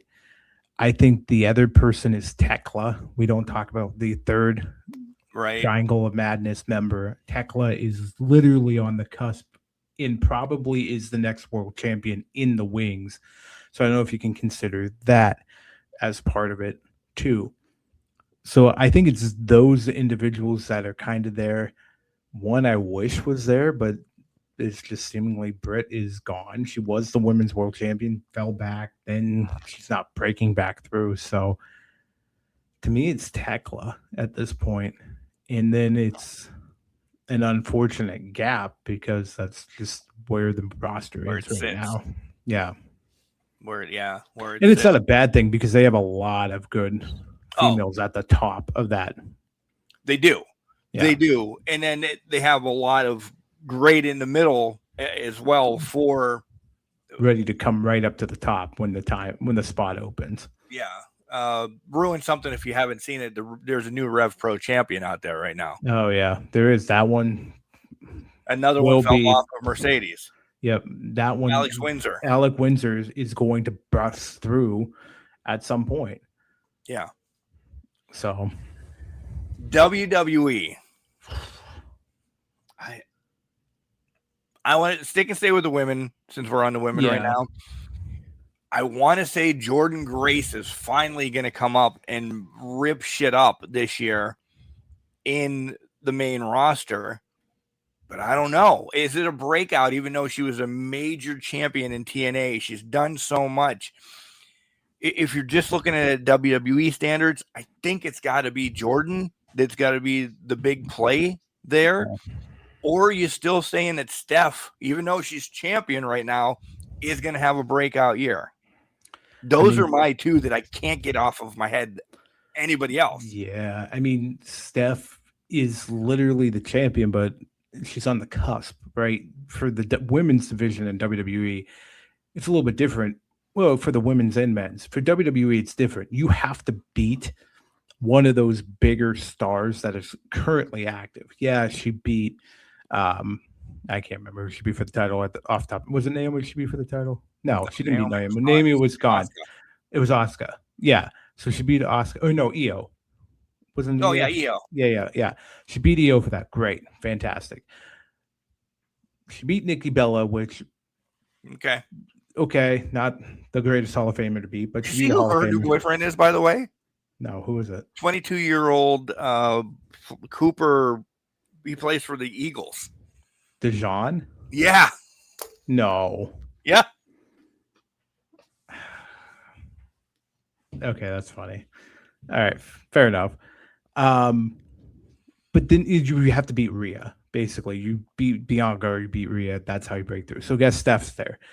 For me, they're not doing anything with Jordan. That makes me think that next year it's going to be any different than what this year was. It's always Blake, a hope for me. Blake, folly of Blake. Oh, you know what? So listen, I see it every single time something happens now. The clip of Tony Storm telling Blake, Mariah May at the time, you're going to live in mediocrity for the rest of your life. You don't even get death. You're just going to live in mediocrity for the rest of your life. I had high hopes. I mean, I kind of do want to talk about that, but I had high hopes for Blake. It's not going well. I love Mariah, but it's not going well in WWE right now. It's not. And I know if you haven't noticed, if you haven't heard anything while you've really been under a rock, there was a horrible word. We hate using it, but it's been out there. A botched title change that I can continue. We are all right with Blake Monroe, but to hear on Can Crushers, her name is Mariah May. Mariah couldn't get up from essentially a senton bomb splash from Thea Hale, which again, both of them were on Can Crushers or on Can Crusher Spotlight, by the way. So we love them both. But she couldn't get up in time. The ref had a count of 3. Thea's your new North American champion. Shit went awry from the get-go. They played Blake's song for Thea to essentially run out to. Yeah. They threw together something in the back saying, I didn't get my... Nobody's to blame, but that's not the way the process works. Somebody's going to be to blame, and it's going to be your champion for not pushing out enough. And it's going to hurt Mariah.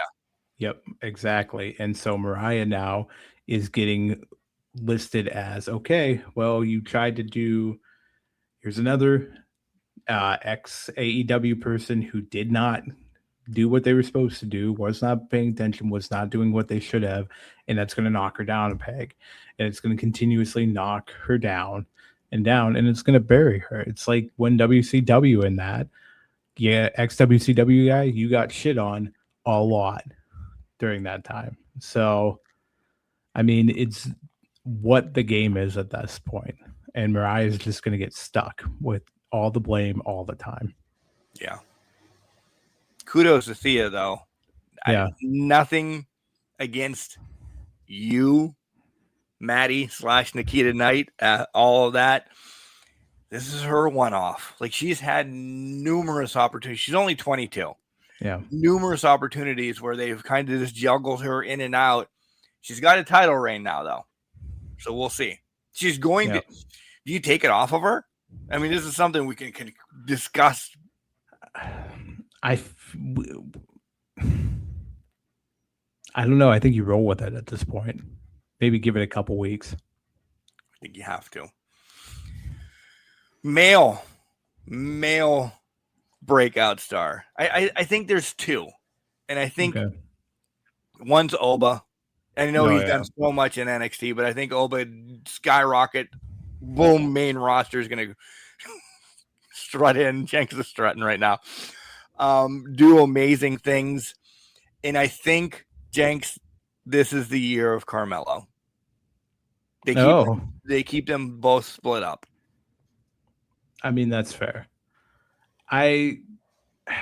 So it's like the same with Jordan here. I can't put the faith behind Carmelo because I don't know what they're going to do with him. And I don't know if they're going to push him or not, or just let him ride it out. I would agree Oba is going to get a rocket strap up the ass. I mean, basically went to the draw with Cody. Right. Thanks to Drew, and he's going to get boosted where he needs to go. I think the second one you got to throw out there, I know he's already kind of in the main event picture, but I mean, he hasn't won the title yet, and he's only being forced into it because Seth is out. Braun's your guy. That is literally the easiest pick of them all to break out. And honestly, as soon as January 5th happens, he could be the WWE champion or the world champion. So it's there for the taking at this point.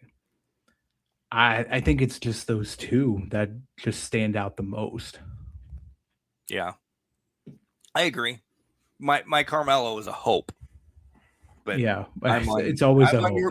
I'm on your page with Jordan and Carmelo, though. He should be in the picture. Carmelo should be higher than where he is, but have a feeling that they're going to call Trick up, and then they're going to put him back as a tag team and make him run the tag team division. I don't know if we want that, but I definitely don't. Yeah. So that was from Frank. Thank you, Frank. Thanks, Frank. Keep hanging out with us. A long one again. Cody Rhodes maintain momentum after John. This is well written, by the way. Can Cody Rhodes maintain momentum after John Cena's storyline concludes? John Cena's official retirement angle in late 2025 shifted the WWE landscape, putting immense focus on Cody's second reign as undisputed champion. A key question is whether a current feud with Drew will help or hurt his longtime momentum. Keep up the great work in year 9, William. So he's been around for a while. Mr. William has. I'm sure it's Regal, honestly. It has to be William Regal. But he's clearly well smarter than us because some of these words are not Can't Crusher Nation words. Essentially, he touches on Cody has been on the back burner because of John Cena's thing this year. We kind of touched on that a little bit. To me, at least, this is the way it's going. Will the feud with Drew hurt him in the long run? I think is the meat and potatoes of this. I don't think it hurts him in the long run. They're building him up to beat Drew, so I don't think that's going to be the thing that hurts him in the long run. I think for Cody, the problem is the focus was taken off of him as the babyface. Right now, it's going to refocus to him because, let's be honest, the clip of him crying at ringside after Cena left has went viral everywhere for a reason because they wanted that clip out there. Yep. They wanted Cody to be that sympathetic babyface. Now, in terms of momentum, though, with the fans, I think that could hurt him because that could kind of. We talked about heels being cool and all of this stuff because they say whatever they want and they'll maybe shit on our town, and that's pretty cool. We laugh at it and all of that. In turn, the old babyface type expressions and movements and all that hurt you. And so Cody crying at the ringside over John Cena retiring doesn't necessarily help him. I think it's building people to make fun of him and not want him. So I think that could kill his momentum more than a rivalry with Drew. Thus, the fans turn on him, giving him you get the heel turn. Yes. You knew exactly where I was going with that. Yes. Yep. By SummerSlam, Cody's a bastard. And then that momentum is going to carry him as a heel, if you will. So let's put it in this perspective, William, because you're very well versed, and I'm going to bring it in here. The pendulum is now swinging the neck. It hit its mark, and it's probably going to start swinging back the other way. Yeah. I'm not stepping out. Everything Jenks said, I want to make a point about the crying and everything at John Cena thing. So this, because that just, I really hated the pay it forward moment of Cody and Punk throwing the titles on Cena at the end and making sure that we heard that it was, we're paying it forward. Why did we need, they go in, those two, since they're champions, go in, shake their hand, pat on the back, slap on the ass, whatever, I'm all right with it. It didn't need the moment of John Cena holding both titles. No, it was extra. And you could tell, I truly don't think, well, you know what? I'm going to take that back. They probably did want to do it, and they probably went to Triple H with the idea because Cena and Batista did it to Hogan 20 years ago. So they're thinking we should do that. John Cena sit there like, get the fuck away from me. Yeah. I do not want Any any of of this. I'll watch the video and then I'm getting out of here. I'm taking my shoes off and then I'm rolling out. Right. Like, why was that Cena approved? I guess is what I'm asking you. Or did they just do it and Cena's like, no. Oh, that was 100%. Anything that happened after that bell rang was not Cena approved. Yeah, that's what I was thinking too. And maybe that's where we should boo Triple H at, because I get the video package. Okay, cool. And everybody coming around, that's cool. Right. But forcing the interaction and kind of like you have to watch this on a tiny ass screen that's way up in the sky. That's how you're going to watch it. And then also forcing these titles onto Cena. Cena's probably just standing there like, I want to go see my wife. Get me the fuck out of here. Get me the fuck out of here. I did it. I love the fans. I've said my piece with the fans. I want to book it. Let me go hang out with my wife, etc., and get me the fuck out of here. Right. Sorry, Jazzy. Yeah, sorry. That's why the explicit's on the episode. Right. All the time. Yeah. To wrap it up real quick, I don't think it really hurts. I think this is just, as much as this is a bad word to say, I think the Drew and Cody things were filler so we can get to Cody and Randy. Yeah. Well, I'm hoping we get to Cody and Randy and not Cody and Roman. Yeah, touche. It's Cody Randy for a month and a half. Roman should be not winning the Royal Rumble, is he? No. Elimination Chamber then? Probably has to. But here's my thing. I want this to flip on its head. Maybe we're not getting Cody Roman. Let's think about this. Maybe we're getting Braun Roman, because listen, Roman's been fighting with that whole group this entire time. He hasn't crossed paths with Braun. He wants the world championship. Why go after Cody when I can go after Braun Breaker? Punk doesn't need another main event. He already had one. Right. Let Punk go do something else. Let Punk fight Gunther to kind of solidify that one as okay, we have to wrap back around. Gunther's got to get his win back from Punk. Let's do a storyline with that. Punk drops the title to Braun. Braun faces Roman. Punk versus whoever. Cody's facing Randy. Yeah. My long term is already booked for Saudi's WrestleMania. It's got to be Roman Seth, right? Oh, it has to be, because it got pushed from this year. Right. And it's not going to be this year. And the only way this all blows up is if Seth comes back in the next month. Right. But that would require Cena level healing. Right. Sorry. Okay. This one's from Tyler. Black? I don't think he likes it. Uh-oh. With Johnny Cena's retirement tour over, are we getting Jericho back in the WWE? I thought it would have made more sense for him to bounce in during the tournament, but now I don't care if he does or doesn't. Tyler seems mad that Jericho didn't go back. Tyler, same boat. Honestly, couldn't have cared less if he came back in the tournament. Right. It was mocked as surprises, and nothing against Cardona and the ones that did show up. Yeah. But they're signed with TNA, so WWE light at that point, right? Right. I think when you look at it, yeah, Jericho's going to come back. Probably Saudi. Or Netflix. It's Netflix or Saudi at this point. I don't know which one it's going to be. Rumble's in Saudi, right? Yeah. So either he's going to be a surprise in Saudi, or he's going to come back to Netflix and announce he's going to be in the Saudi Rumble type deal. I think that's where Jericho plays into it a little bit. I I mean, I'm not looking forward to it either. So that's kind of just where my thought is. Yeah, I'm Tyler.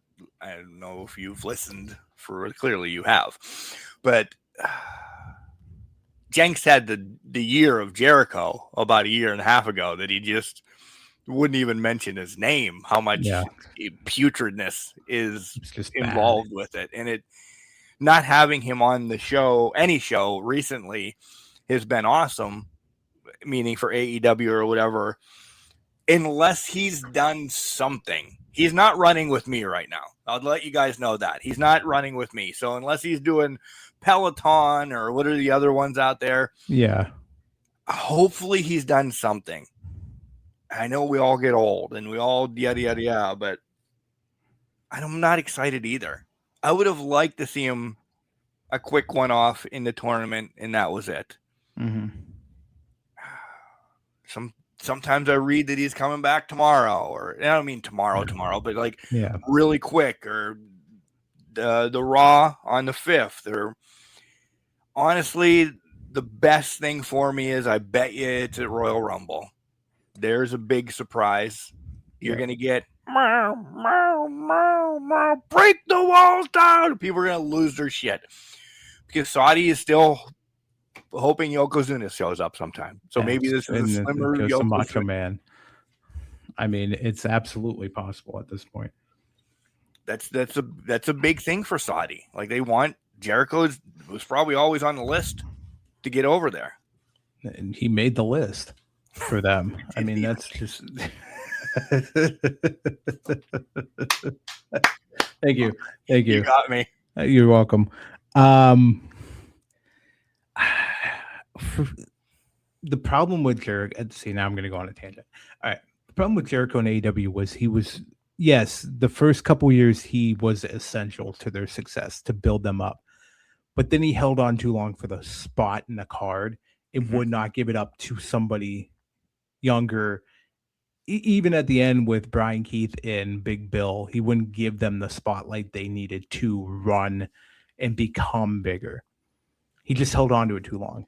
In WWE, they're going to checkmate him. They're going to basically put him into a corner and say, you are a legend, cool, but you're not dominating the time on the show, right? You're not as active as CM Punk is and can be. You're not going to be as active as an LA Knight who's in his 40s as well, or like a Randy Orton or anything like that.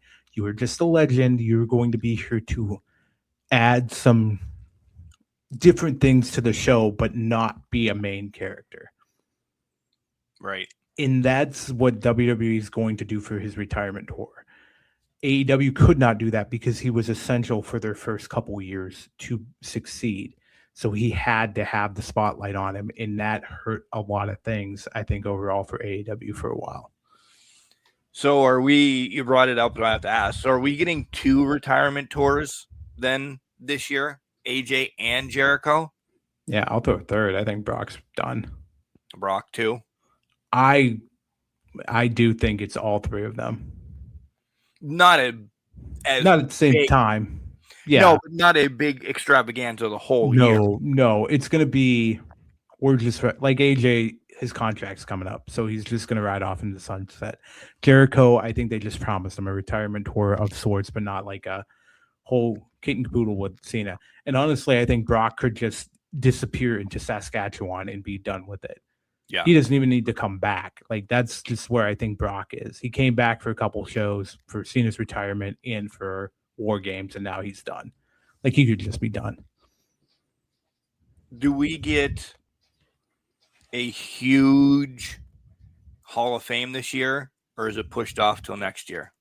So essentially my question is, and Tyler, you brought all this on, by the way, because you asked about Jericho. AJ Jericho don't go in that yet this year. Brock doesn't go in this year. No way Cena goes in this year already, right? I think Cena's going in this year. Okay. Because I think there's a 34th date, and it's John Cena going like 35 a weekend where he's going to get the Hall of Fame with Stephanie. Stephanie's not the main event. It's going to be Cena. No, surprisingly. Stephanie's going to be one of the people on Big. it, Yeah. but it's going to be Cena, or maybe not, and maybe it is Jericho, because that would make a lot more sense of, hey, Stephanie and Jericho had a little bit of a rivalry early 2000s, so let's stick them together. I think it's Cena, though. Cena's going to get his props this year, close out the whole retirement tour, end it, and that's going to be the final big appearance for John Cena. And he'll probably get like a WrestleMania moment where he comes out and just they all wait. AA somebody. Yeah. Well, they come out on stage, but like Cena might come out and AA somebody at some point, just for fun. Fight with the Undertaker one more time, because he'll be around. He's got to ride his bike to tell somebody else. He's got to do it. Yeah. Got to grow that big ass white beard some more. Thanks, Tyler. This one's from Trish. Thank you for taking my question. We didn't take it yet. Thank you for sending it. Yeah, thank you for sending it. This may have been asked over the years, but I'm not sure. It changes. If you could start your own wrestling company / roster, who are 3 men and women you are starting with? Jenks, Trish, we have done this. So it's probably been a couple years though. Yeah. It really has. Yeah. So 3 and 3? 3 and 3. Okay. Okay. So 1, 2, 3. Who wants to go first? I'm still writing mine. Yeah, I am too, but I don't want complete dead air. Well, let's talk. Let's just shoot the breeze then. I mean, let's have conversation. These thinking ones, Trish. I do know we did this. Oh, it might be 2-3 years ago now that we did this, but it is always changing for sure.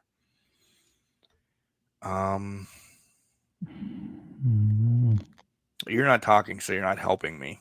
I didn't want to. Why would I help you think? Ass clown. Just an asshole at this point. Oh man, the third woman for some reason tripping me up. I have one person written down because I'm holding this podcast together right now, talking. You are not holding this. Get out of here. You want to? Oh, you want me to go? I'll go. That's fine. I'll figure it out. I'll fly that one. I'm holding this podcast together. Get out of here. Speaking of ass clowns. Okay. Men, I would do MJF, Kyle Fletcher.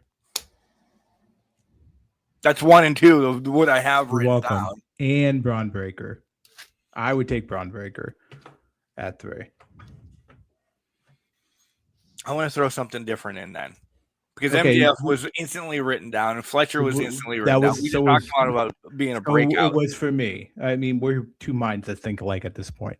I have an idea also for another special podcast. We'll talk about it after this. Women. After the whole show? Or after No, after this whole dead air thing that we got going on here. So 3, for the women, I have Toni Storm because you need the anchor. I would say Stephanie Vaquer because I think that is when she wrestled Mercedes and outside of WWE, phenomenal. Yep. The third woman, you know what? Fuck it. Give me Mercedes because I think Mercedes would be a decent big name attraction that would be good. Top 3 off if I'm going off the thought right now. Okay. I have yet to come up with a third guy, which is okay. I don't know. I have Steph for sure. Yeah. I have Liv as my kind of anchor. Okay. I like that. I'm not saying age or anything. A little bit younger. She can play both parts if need to. Still, even though we just threw her under the bus, I still have Mariah as something I would build with too. I thought about Mariah because I think pre-WWE Mariah and with Tony could carry that whole thing and really make it shine at this point. Give me Swerve is my third. I like Swerve. Swerve's a good one too. Yeah. It was right there between Swerve or Takeshita or, I want even Trick because I think Trick's got, but I have to go Swerve. Yeah. I So- like that. Okay, do you want to hear my idea? I do. By the way, this is for anybody. Most people are not new to this show, but we throw shit at the wall and we come up with ideas as Instantly. we're on the fly, and then it's going to This be is all somewhere because of down the line. Trish now. This is all It's all because of Trish. Trish. In the hopper somewhere, you and I, we draft 10 people, start a company with, men or women. Can't pick the same one as somebody else. Anybody's on the board from the companies. You're picking 10 people. We can figure out how tag teams work into that too at a later date. 10 picks. 10 picks. You get 10 picks. We're drafting whoever you get. We'll serpentine it too. So like you could pick first, I'll pick second, and then the And you first of pick the second 11th. round, and then you go boom, boom, boom. Yeah. And are we doing something with this during the week? During what? Looking at like, because now you're making like a fantasy draft. If we're drafting, but see, here's the thing: how do you do that? How do you make this work? Is going to be the key. wins get you 3 points. Are we doing like a we have classic to really type come thing? down with a fucking rule. Maybe this becomes a 2-part special. The first part rules, second part draft. Okay, we have a lot of to do for this. But this is not January or February. So. Agreed. This is way later. But it popped into my head, and I'm like, that could be kind of fun to kind of draft it, because especially with you going, God damn it, you took MJF and Fletcher from me. Right. Well, yeah. Okay. Cool. Swerve and Hangman are still out there. Let me jump them, or Tony and Steph, or Mariah. Well, Ospreay is still out there. Ospreay, you take a flyer on him in round 10. Exactly. You find out, oh my God, this guy's still on the board. Let me hit the nail on the head and end it. Like me taking Brandon Ayuk, hoping that he can return this year. And went well. Listen, you have nothing to complain about. You were number 1 in the league, okay? Oh, what? What? You had the best record in the league, okay? Meanwhile, peons like me are sitting at like 4-12, just twiddling my thumbs, waiting to win a consolation. That same losers bracket that Moochie's in. Yeah, but I'm better. So did you get the win last week? I had a bye week, so I didn't even. Did you? Okay, Pat. I didn't even pay attention. First of all, Kyle Pitts came out of the pits. 8% of all of his total fantasy points forever was scored last week against my Tampa Bay Buccaneers. Pissed me off, but also got me 34 points in fantasy. My cousin Pat, who I played in the consolation bracket, started Phillip Rivers over Trevor Lawrence. Do you know what Trevor Lawrence got him on his bench? 63 points. Yeah, a ton. A ton. So, yes, I did win. It was fantastic, and I was happy about it. And now I play Cinnamon Toast Crunch this week. Praying to God on that one. So he's tough. He's tough. He's tough. I have Silly Rabbits Nixer for kids. So, and it's close. It's also, beside it being the championship semifinals, it's the fucking game of the week because we're only like 4 points difference. Well, yeah, they can't make the loser bracket one because right now, my game, we both have 105 points projected. Yeah, but you're in losers bracket. Yeah, well, sometimes like the losers are better. London. Listen, I'd rather watch the fucking How You Doing bowl game than probably some other asshat bowl game that's going to be bullshit with 2 ACC teams that are like 4-11. Hey! Hey! Sorry that I blew everybody's ears out. Yeah, you're fine. You're fine. Also, screw Notre Dame for turning its back on the Pop-Tart Bowl. What are you doing, guys? Yeah, screw Notre Dame in general. I had a bet. I have to send you this meme afterwards. Hopefully it's the Pop-Tart crying or celebrating that Notre Dame's not going to be. Trish, you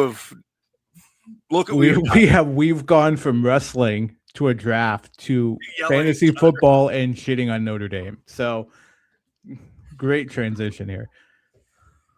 We'll wrap back around someday on that. This one, oh God. What? Here it is. I'm glad I get to make every Ask Can Crushers with the same question, and now I'm becoming referenced months in advance. Thanks, guys. Give me those pillars. Again? That's Drake's question Drake, come on, guys. every Ask Can Crushers You know because he what? thinks they're going to change. They're not going to change. I don't even know who I said the last time.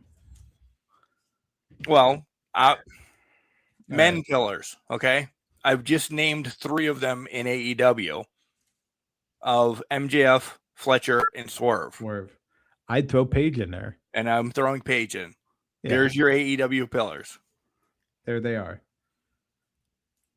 For the women of AEW, I gave you 2, so Tony and Mercedes. Stats, clearly it. Stats now. it.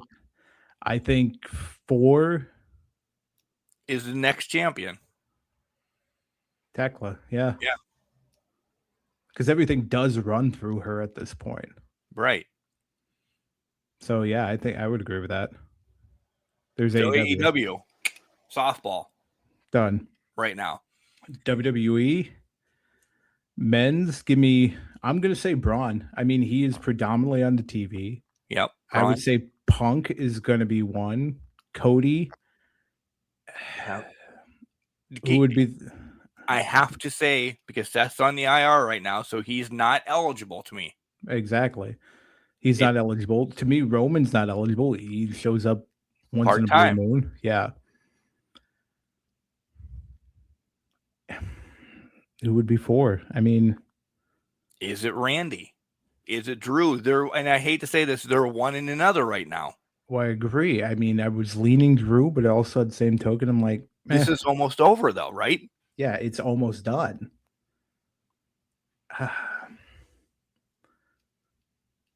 Give me future prospect Oba Femi, because why not?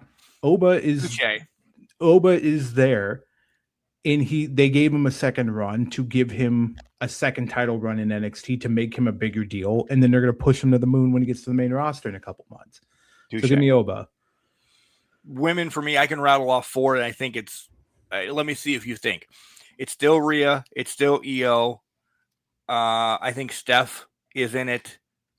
And I still say it goes through Liv, too. Yeah, I would agree. Especially now that Liv's back. That's your 4 women. Bianca's injured, not anywhere to be found. Charlotte. And been off for about a year. Has been off for about a year, and that's what it is. Right. Charlotte is not involved in this conversation. Bailey's out. Bailey's out. Lyra's not heavily shown anymore besides as a second to Bailey. Jade's not. Jade isn't it. Tiffy's not it. Tiffy's lost it a little bit. As much as we love her. Tiffy's lost it a little bit. Absolutely. No one in NXT is really standing out to be the it at this point. So, yeah, I would agree with your 4. Yeah. All right, we look forward to seeing you in March. Drake. Bring some Drake. We do love this. How about you do this? Drake, let's make a deal. We'll do this every December as your question. And we'll continue to reference you all the time because you've been with us for a long time. You always bring this question. Bring something else next time, though. We'll answer whatever. For God's sakes, we'll answer whatever. I'll throw this out there. If you are going to ask this question the next time, because again, we do love this question. We're going to give you grace over it, but we do love this question. If you're going to bring it the next time in the next 3 months or whatever it is, you have to provide your pillars for both brands as well. Yourself, Drake. Yeah. Let's hear yours. We want to hear yours. We want your opinion as well. Touche. Like it. All right. Hi, Crushers. Oh, we're just Crushers now. Okay. So this will be the most recent question in its 2 parts. Okay. From Rebecca, by the way. Do you we answered this first one already.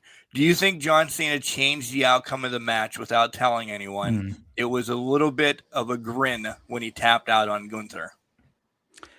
No, I think it was just him being saying sayonara. Yep.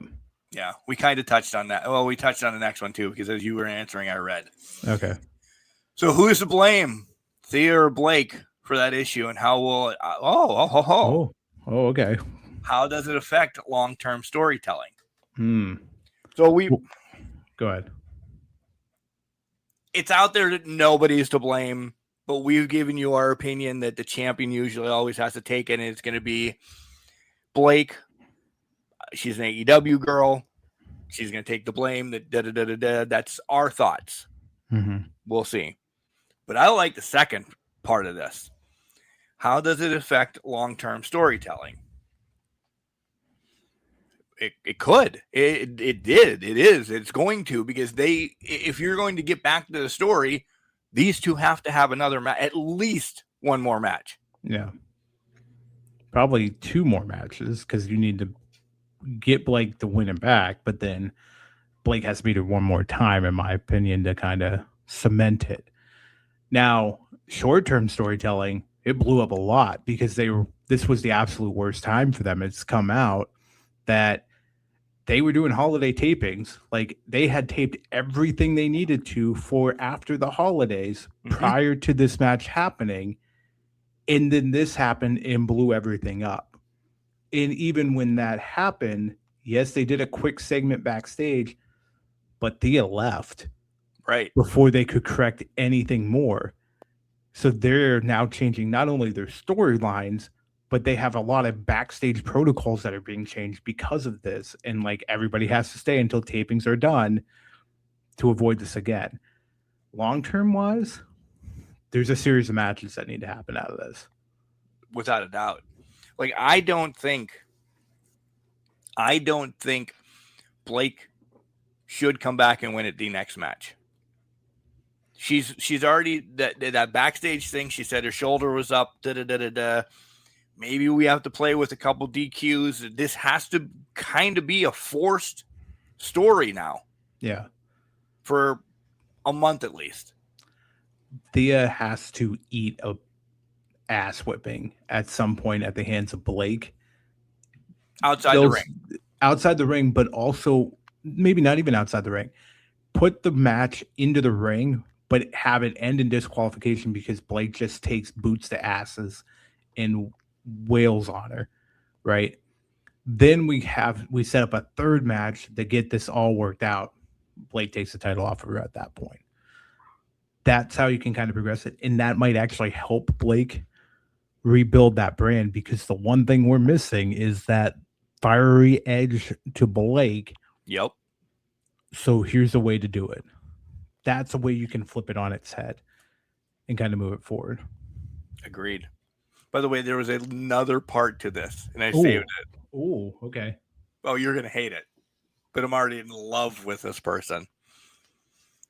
Thanks, guys. Keep up the great work, and love the TikToks from your running journey. Rebecca. Aw, that's very nice. Yeah, Rebecca. Good job following him. Yeah. That's awesome. Again, it's M Martinez 77. If you want to see whatever.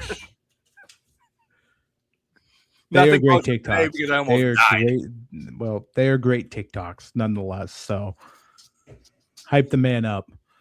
But I love this. And she's very recent. She just got this in. Like, I don't know. Awesome. Clearly at the closer to the end of the questions that we have. No. So this was within last night. 48 hours. 48 hours. Yeah. So yes, Max, I see you. You're awesome too on TikTok. Max shows up on TikTok too every once in a while. He wants everybody to steals the show, just saying. Yeah. Are you hungry? Good. Oh, we are down to our last question. Are you hungry? Good. Stay that way. He had nugs prior to recording. He's fine. I don't know if you've ever had McDonald's nugs before, but you're hungry a half hour after. They weren't McDonald's. Oh. They were Sheetz nugs. Oh, getting fancy with it. Well, because I got, good Lord, I got like a keto type sandwich with like flatbread and eat it. Fair. Yeah. I didn't want to cook prior to all of this. And we've been eating keto buns here. Really good. There's a good brand at Walmart. That's really good. Yeah. Well worthwhile. Yeah. Amazing. The downfall is, and I'll say this before the last question, but again, Rebecca, thank you for everything. You've spawned so much out of this. So great. It's costly to eat healthy. I've noticed that. Yeah. not to cheap. going to McDonald's for 2 hamburgers and calling it a night. Not cheap at all. No, but it's so much better when you do You taste feel- like flavor and fuel. You're like, Yeah. this is what I should have been eating for the last 48 years. Hey, Damn you. better late than never. Right. Last question on the docket, unless Jenks pulls one out of his rear end. This is from Luke, and it's long. Hey guys, love your show. I have been in and around wrestling. I have been in and out of wrestling for a bit and use podcasts to keep up with it and really like your product. I told you I'm struggling all of a sudden. Quick and to the point about wrestling. I don't know about that, Luke. We're never to the point about anything. Yet humor in connecting with your listeners. My question is, who went the furthest with the least amount of wrestling talent? Holy fuck, Jenks. Can't wait to hear the answer to this. So he blows us up about how great we're doing, and we keep him involved in wrestling because we're 2 shamokin idiots. And then he gives us who went the furthest with the least amount of wrestling talent. Oh my God. Can we answer this in March? Oh man. This is and again, you hear me stutter the questions. You hear me that this is how I know, and Jenks knows I don't know these fuckers beforehand. Oh my. I have a couple. Who are your couple? One, rest in peace. Virgil made a killing. Yeah. Virgil made a killing doing his thing, especially as with the $1 Million Man and then sliding over the NWO and being Vincent and just being knockoffs of that and just sitting outside. I'm not looking this at personal talent or anything. I'm just thinking of like maybe characters because he was I don't know. So Virgil to me went pretty damn far in professional wrestling. He's always brought up. He's always talked about. He's a joke. He's somebody that's going to be around all the time. Yeah. Number 2 might get hate. The Ultimate Warrior. What did he really do? And I'm not, when he was with Sting, they were pseudo knockoffs of the Road Warriors. They kind of did quick stuff then. And then he became the Ultimate Warrior. Ran in, did this, did that. I don't know. I loved him as a kid, but now I'm looking at this as a 48-year-old. I don't know. This is I'm going to piss people off either way. You could also say Hogan and or Cena, but they had talent of talking and marketing. Yeah, but if we talk in-ring talent alone, but here's the other thing, and this is probably one of the few times I might defend Hogan, is we saw his New Japan stuff where he goes to Japan and throws drop kicks and wrestles and actually does things. Cena the same way. Like there was talent there. But if we want to go to what they were limited to, yeah, absolutely, they would probably be just stuck at that point. Virgil's good. I agree with Ultimate Warrior. I think I'm nothing. Really gets everybody off right now. Jade as well. Well, but see, Jade doesn't. You know what? Yeah, it has to be accurate because she's getting farther than with nothing, literally nothing. Jade might be one of the top ones. One that I don't necessarily say, hey, I want to go look back at their matches and watch, but got decently high in the card was Luger. Like Lex got hot for it was his physique that carried him for a lot of it. And there's no knock on him, but it was just his physique carried him to a higher level, and he never punched it through because he had nothing besides the physique for the wrestling ring. Yeah. He was fucking dubbed the narcissist. And it worked. Right. It worked great. But that kind of limited, like, you can't say big men there's some big men in the industry that might be floating in that category, but I'm not going to tell you Yoko, because Yoko had talent. Before his size ballooned, he was really talented. Rikishi was very talented in what he did. I hype Vader up. Vader was good. Bam was good. Those guys were good. You know what? One that just popped in. Mike Awesome didn't bring a lot to the table. He didn't. Good pull. But he was a world heavyweight champion in ECW, made a killing in WCW because of just he hit the heavyweight title. But Mike Awesome didn't have much. No. That's a great question. That was a really good question. That's unbelievable. I mean, that could be turned into a series of something. We can talk way offline about that, but people that, in our eyes, didn't really have the talent, but made it. I'm looking at pictures now. I'm like, oh man. I mean, Kevin Nash. Now that there's some of them. So Nash has popped through my head at one point. What did he really bring to the table besides powerbomb size? Not much. Yeah. So Kevin Nash would be up there. Any 7-footer kind of is like in that realm. Jinder. Giant Gonzalez.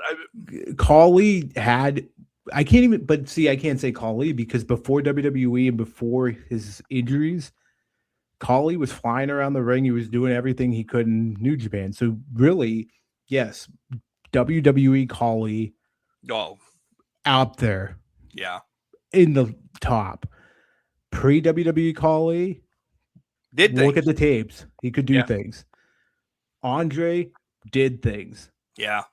Big Show did things too in WCW. He did a lot of athletic things, and then they relegated him to you stand here and push people around type role in WWE. Just slap them with your hand. Slap them with your hand. Fucking t-shirt was a handprint. Exactly. Well, exactly. So that's the other thing too, is WWE took big guys and said, whoa there, buddy, with your athleticism. Yeah. We can only have Undertaker and Kane do that. We need you to do something else. Right. You just be a tree. So it's being part of the product as well. It is too. Some products will let you do whatever. Others will make you live in this one specific space.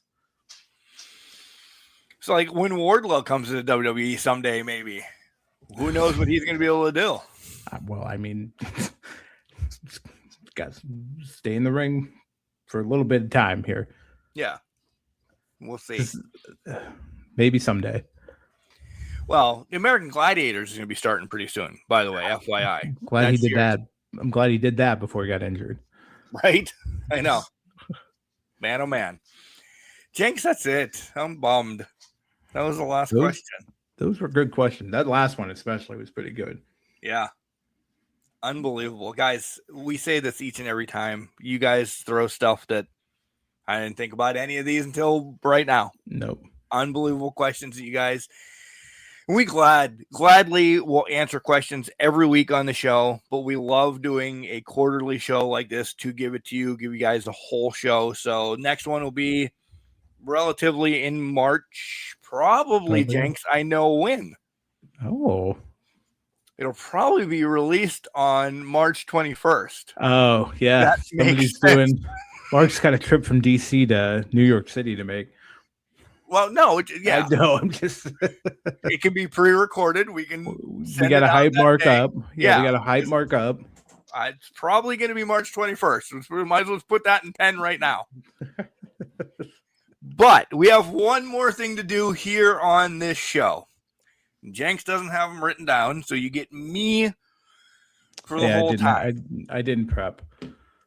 It's all right. I just Actually, I was trying to pull it up on my computer and I cannot find the file anywhere. So that's me. copied and pasted them from last year. So I got a new computer since last year, so I don't have the file. That's right. Yeah. So the Crushy Awards will consist of this. Do you have your pen and paper? Pause the podcast. Go get some pen and paper. And come back. You're back. Good. Thank you. Wow. You guys were fast. You were fast. There was less dead air in that segment than that one question when we were writing down our the top 3. All right. The Crushy Awards consists of worst match, best tag team, best women's match, best promo, best return, male of the year, woman of the year, tag team of the year, spectacle of the year. And let's pause there so everybody understands what we look at as spectacle. There's matches that have been unbelievable. And Jenks brought up Fletcher and what the hell? The AEW match this week. Oh, Fletcher and Bailey. And and Speedball Bailey.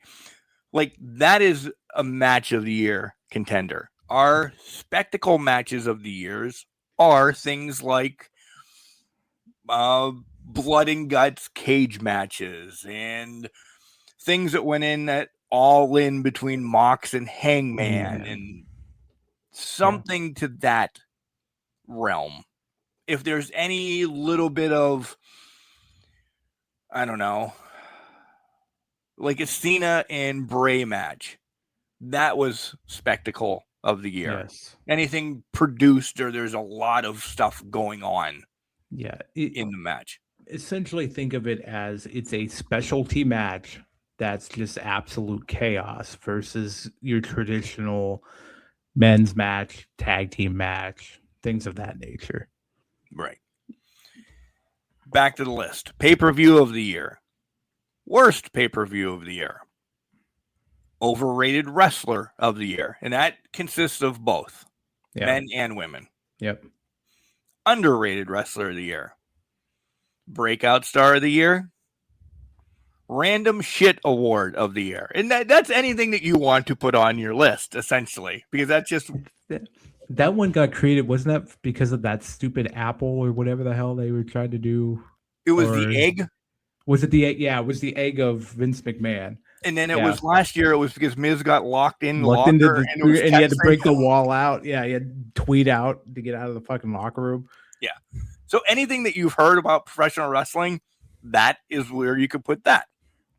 Best storyline, worst storyline. Yeah, and that's it. We didn't have many spotlights. We didn't have many spotlights this year, so we took the spotlight off. I do have dad moment down of the year, but I don't remember what we were saying about that. We had that down last year. Oh, man. Oh, it was because of Briscoe. It was because of Briscoe last year. Okay. So I don't know if you can find one this year, you can have a dad moment of the year too. I don't know if I think there was one this year that I can remember. Yeah. Anything that hits you in the feels that doesn't really pertain to wrestling and happen in wrestling. That's fair.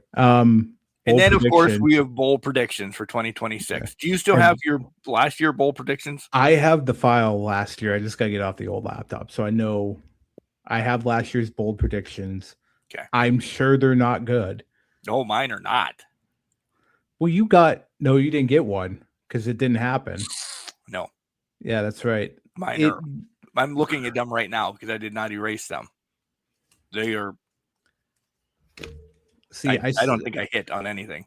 See, I started an Excel file 2 years ago to capture everything. So I've been trying to carry that forward so I can see, or at least a year ago, so I can see what it is. So I got to bring that over. But I don't think mine hit.